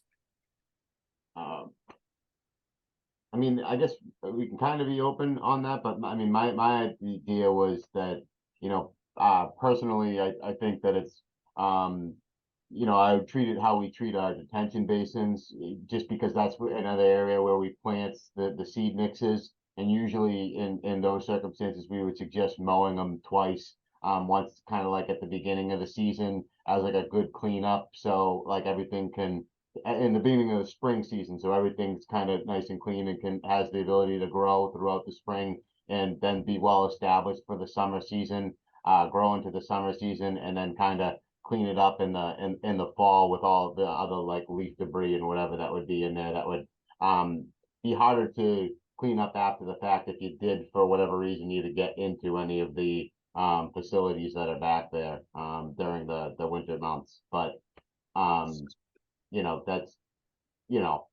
What are you seeding it? What are you seeding it with? So I have listed up here. Did I list it up here? I thought I did. Yeah, somewhere I thought I saw. Oh, okay. I said just a mix of New England seed mixes. I picked the conservation wildlife and wildflower seed mixes were the two seed mixes Okay. I thought made sense for the area. If anybody has any other better suggestions than that, I'd be open to that. But those were the two that I felt were appropriate for the area that we were trying to establish. That seems reasonable. People think that. Any comments about that? No. Okay, but the management plan would be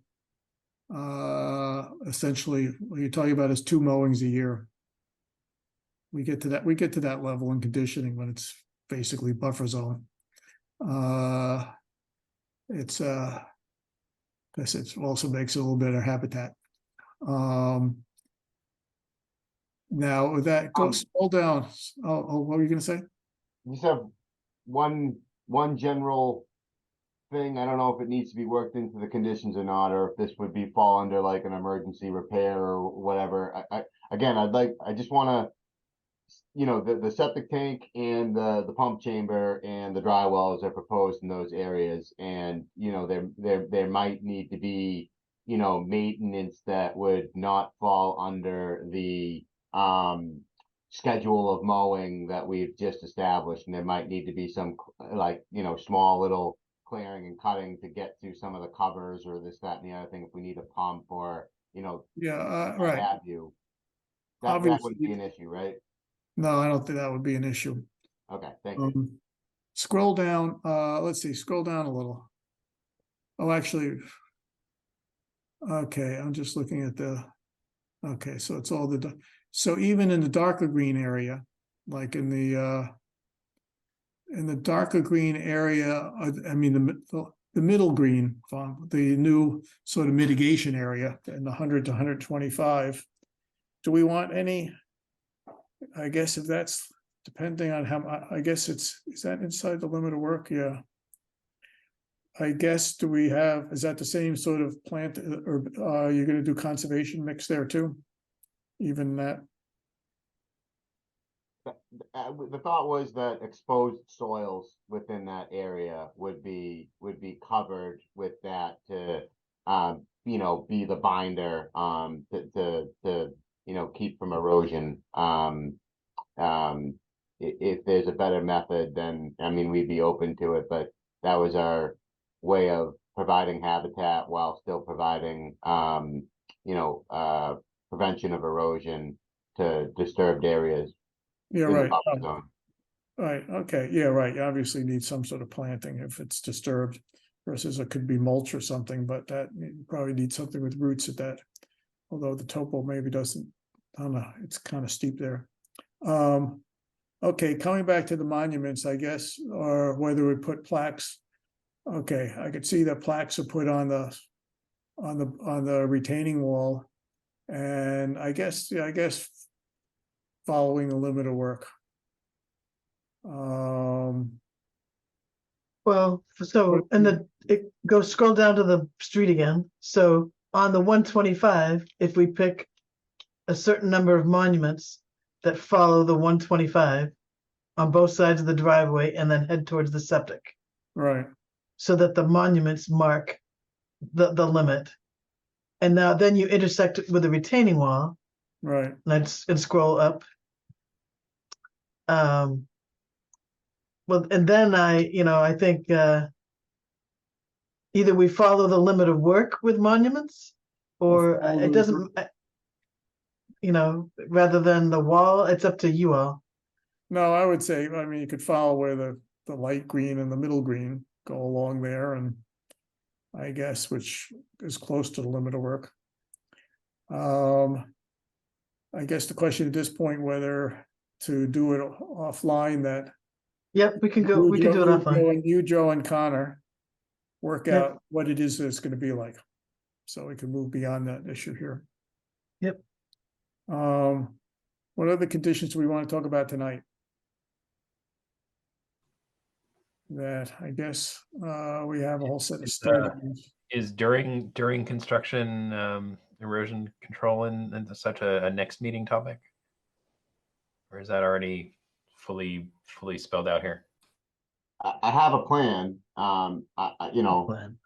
I don't know if it's fully accepted by everybody, but I do have an erosion control barrier on the downhill side of all proposed work. I have a litany of notes that explain to the contractor what he or she is supposed to do during the construction process, and then I have details for how to install the different erosion controls that we're proposing. Yeah, I mean, Can you go over what you're proposing in each area? Yeah, so on the downhill side of all the proposed work, we have a staked sill fence with a staked 12-inch diameter fiber log. We have a 50-foot long and 30-foot wide stone construction tracking pad at the entrance to the site. We have temporary stockpile areas that will be completely lined with the fiber logs when they're unused and are located outside of the buffer zone here and here. And we're proposing to install, it's not shown here because this plan was the old plan, but since then we've located, there's a catch basin at the mouth of the driveway here. That catch basin, we have the silt sack detail. You'd be installing a silt sack in that catch basin to prevent the sedimentation from going into that catch basin and then going out the drainage pipe that leaves that. And that briefly is just all of the erosion control that we have. Okay, Yeah. what's a fiber log? Is that a straw wattle? Yeah, straw wattle, fiber log, yeah. All right, well, we can talk about that offline too. Okay. Right, and we have conditions about, right, we can just, Yeah. there's always conditions if there's erosion, then you have to fix it. If stuff gets out of hand. So, okay. So that will go, and we have some standard conditioning about that. Okay, what other issues would help us get through the draft order of conditions?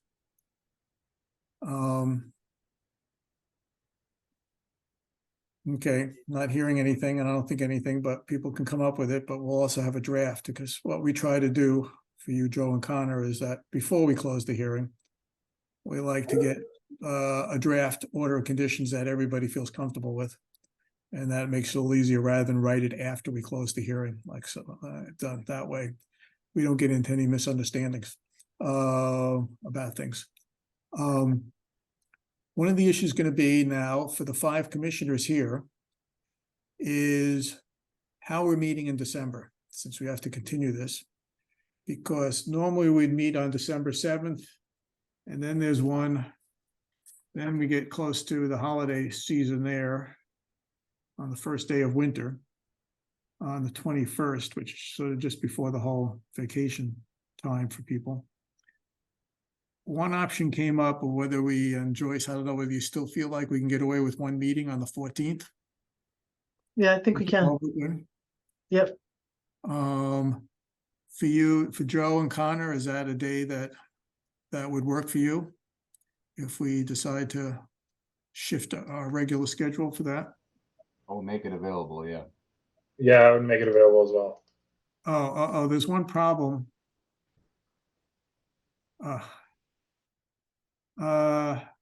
We might still do one meeting. I realize, just so you know, the ZBA has its meeting that night.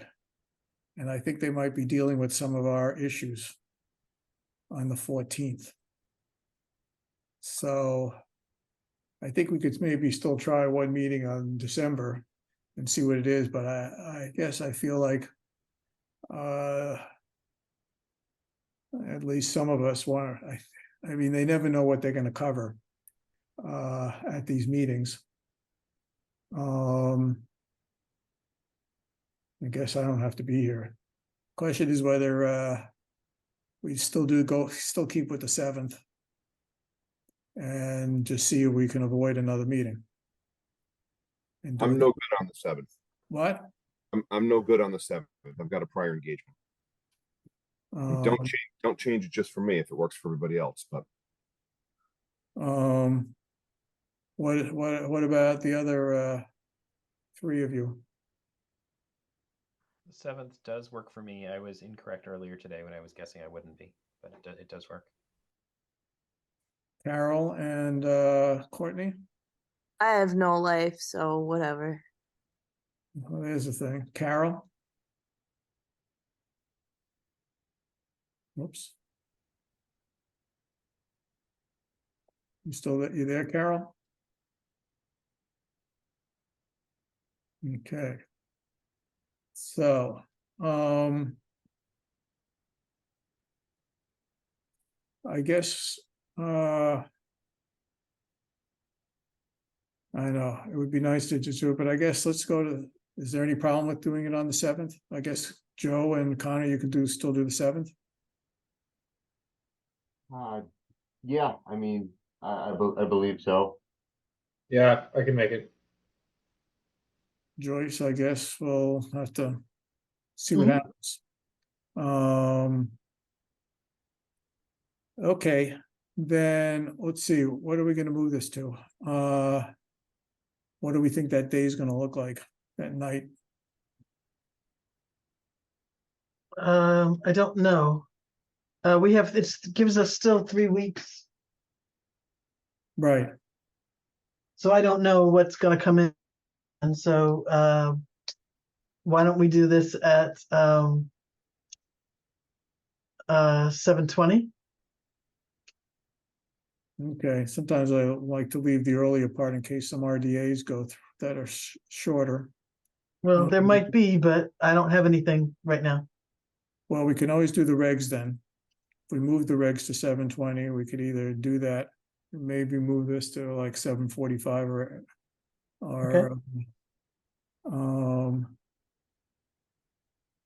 okay, let's do it at 7:45. Does that work for you, Joe and Connor? Is on that day? Yeah, that's fine. And everybody, okay, fine. And I guess Karen, I'm not sure if I keep forgetting to ask you too, but sorry. there. Is anybody else here from the public, actually? Did anybody have any comment? Okay, I don't see anybody Nobody here. else is here. Okay, fine. I move that we continue this hearing to December 7th at 7:45. Second. Thank you for being awake for that. Okay, any further discussion? Roll call vote. Michael, I, Matt? Aye. Jacob? Aye. Courtney? Aye. And is Carol gone? Carol's no longer in the meeting. Okay, luckily we still have a forum. Okay.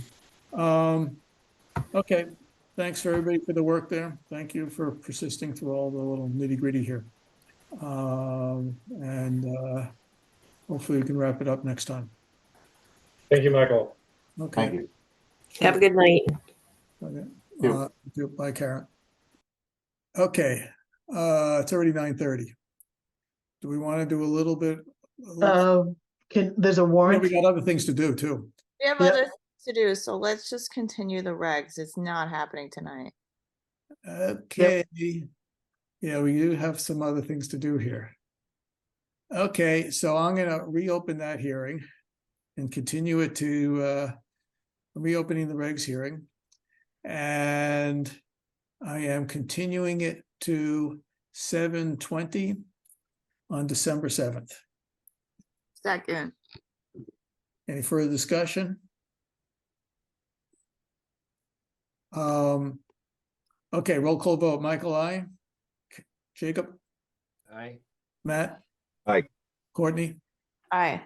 Okay, let's plow through the rest of our agenda here. Joyce, take us through the things we need to do. There's a warrant to approve. It was, Just some postage, a few little small things. yeah, it was just postage. Right. And who's you've been signing them? Who's signing them? I've been signing them. Okay, fine. Deborah submits them. I review them and sign them. Right. We're not approving them. What we put on the agenda here is just to let everybody Just know. to, right. It's 12:44 total. Right. Okay, moving on. No minutes, no announcements. that No, I have. Courtney has COC. Yeah. Yes. Oh, Carol's coming back. Michael, do you want to pull that up or do you want me to attempt to do that? I can pull it up if you want. Actually, I didn't look at that one. So this is 11 Harrington Ridge. It came before us. What do you want me to pull up, by the way? Original as built, the original design, the original. No, just pull up the new The new additional mitigation plan. additional mitigation plan. Yeah. I don't see that. Oh, there it is. I see it. So this came before us months ago. This was a project that was constructed probably close to 20 years ago, and Mr. Goldman he didn't get a COC for it. And so then he sold the property and is now seeking a COC. When they did an as-built, they realized that the mitigation wasn't according to the plan and the order from 20 years ago. So we went back and put in some additional mitigation area, which you can see in the plan, to make up all the square footage that was missing from the as-built. So it is not exactly the same as the order of conditions from 20 years ago, but it is the square footage is the same, and the trees and shrubs and ferns and whatnot are equivalent, basically. And the work was just recently completed. There's pictures in the folder. And there's not much to look at because there was a lot of sensitive fern plugs put in. And if you know anything about sensitive ferns, they are pretty dormant this time of year. But the plugs were definitely put in, as well as the additional blueberries and white pines. So the work is now at last completed 20 years later, and I'm recommending that we go ahead and issue the COC.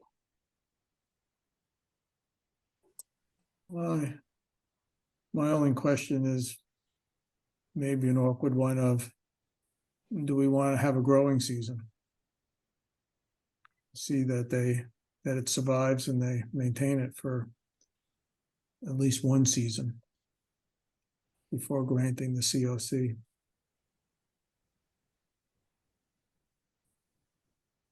I mean, that's one option. Part of the restoration areas were already completed and are established. It's this additional area that they just put in. So, yes. Other comments?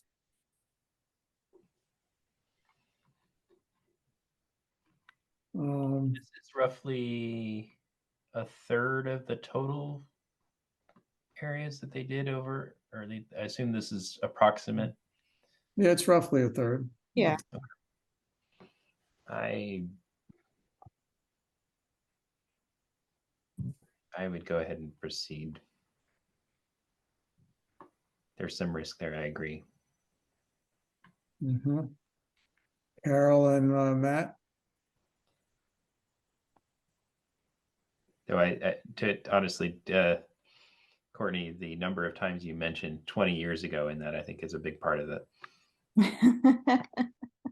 I guess I'm not quite, doesn't quite sway me so much, but I guess I would want to maybe at least see what comes up in the spring.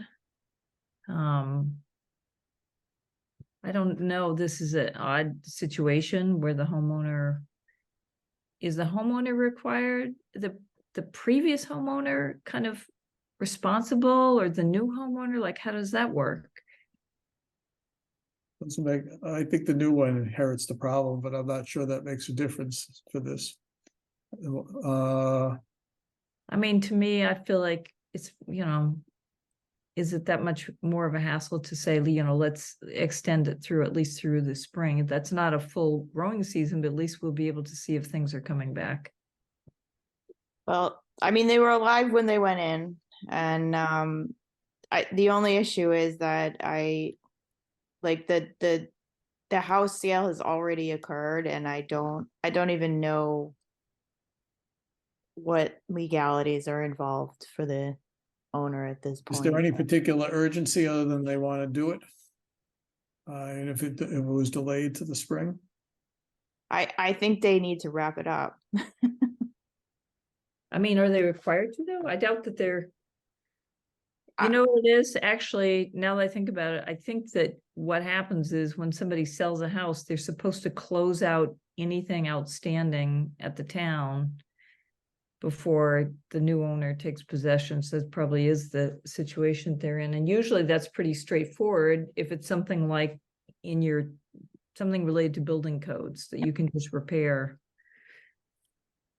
I think you can have an order of conditions that you inherit. I don't think you have to close them all out. They just have to, it's an obligation. I mean, there's probably no additional expense to the new homeowner. Oh yeah, sometimes they'll escrow some money if they haven't done it right. I mean, but that's their problem. I don't think there's that they absolutely had to wrap it up per se. Yeah, I mean, I guess it's been 20 years, but on the other hand, it would be nice to make sure that at least there's something comes up, whether it's a spring or one growing season. Is there any monument there? Did we decide, or it's just, like, yeah, I don't think there is any from when No, it's basically yeah, I remember seeing what it. was approved back in the day. Okay, so we're maybe 2-2. Matt, what do you think? I'm very concerned about encumbering someone's ability to sell their house in Wood Well, they've Green. already sold it. It's not in the way of the sale. Because yeah, they've been living there for, I mean, when we did with the site visit? The house is already sold and the people are living in it.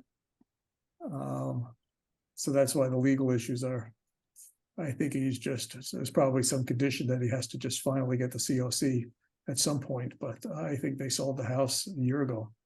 All right, I'd be fine finalizing it without conditions, personally. I talked to somebody else on Western Avenue who realized he had an open order of conditions too. I mean, it's not like we go and penalize people or anything. I don't know. I just know that there's an urgency to get this done because of the sale. And it needs to get done. And it's Okay, we can have a vote. That'll just be maybe 3-2 or something. I'll move to approve, to issue a certificate of compliance. I'll second that. Okay, any further discussion? Roll call vote. Jacob, Aye. Matt? Aye. Courtney, Aye. Carol, No, Michael, no. 3-2 passes. Okay. Next issue. Did the COC any site issues? No, Administrative approvals, we had 14 Forest Street for something. Was that, both of those are new and haven't been issued yet. okay, I put them on because it was Monday. They just came in, so oh, so they I haven't, I haven't issued them yet. okay, but you haven't. I just put them on the agenda thinking that I would get to them before this meeting. Okay, So- so we're not approving anything there. No, no. Because they haven't been done. Right. Okay, But you don't typically approve them. I just put them on for your information. okay, fine.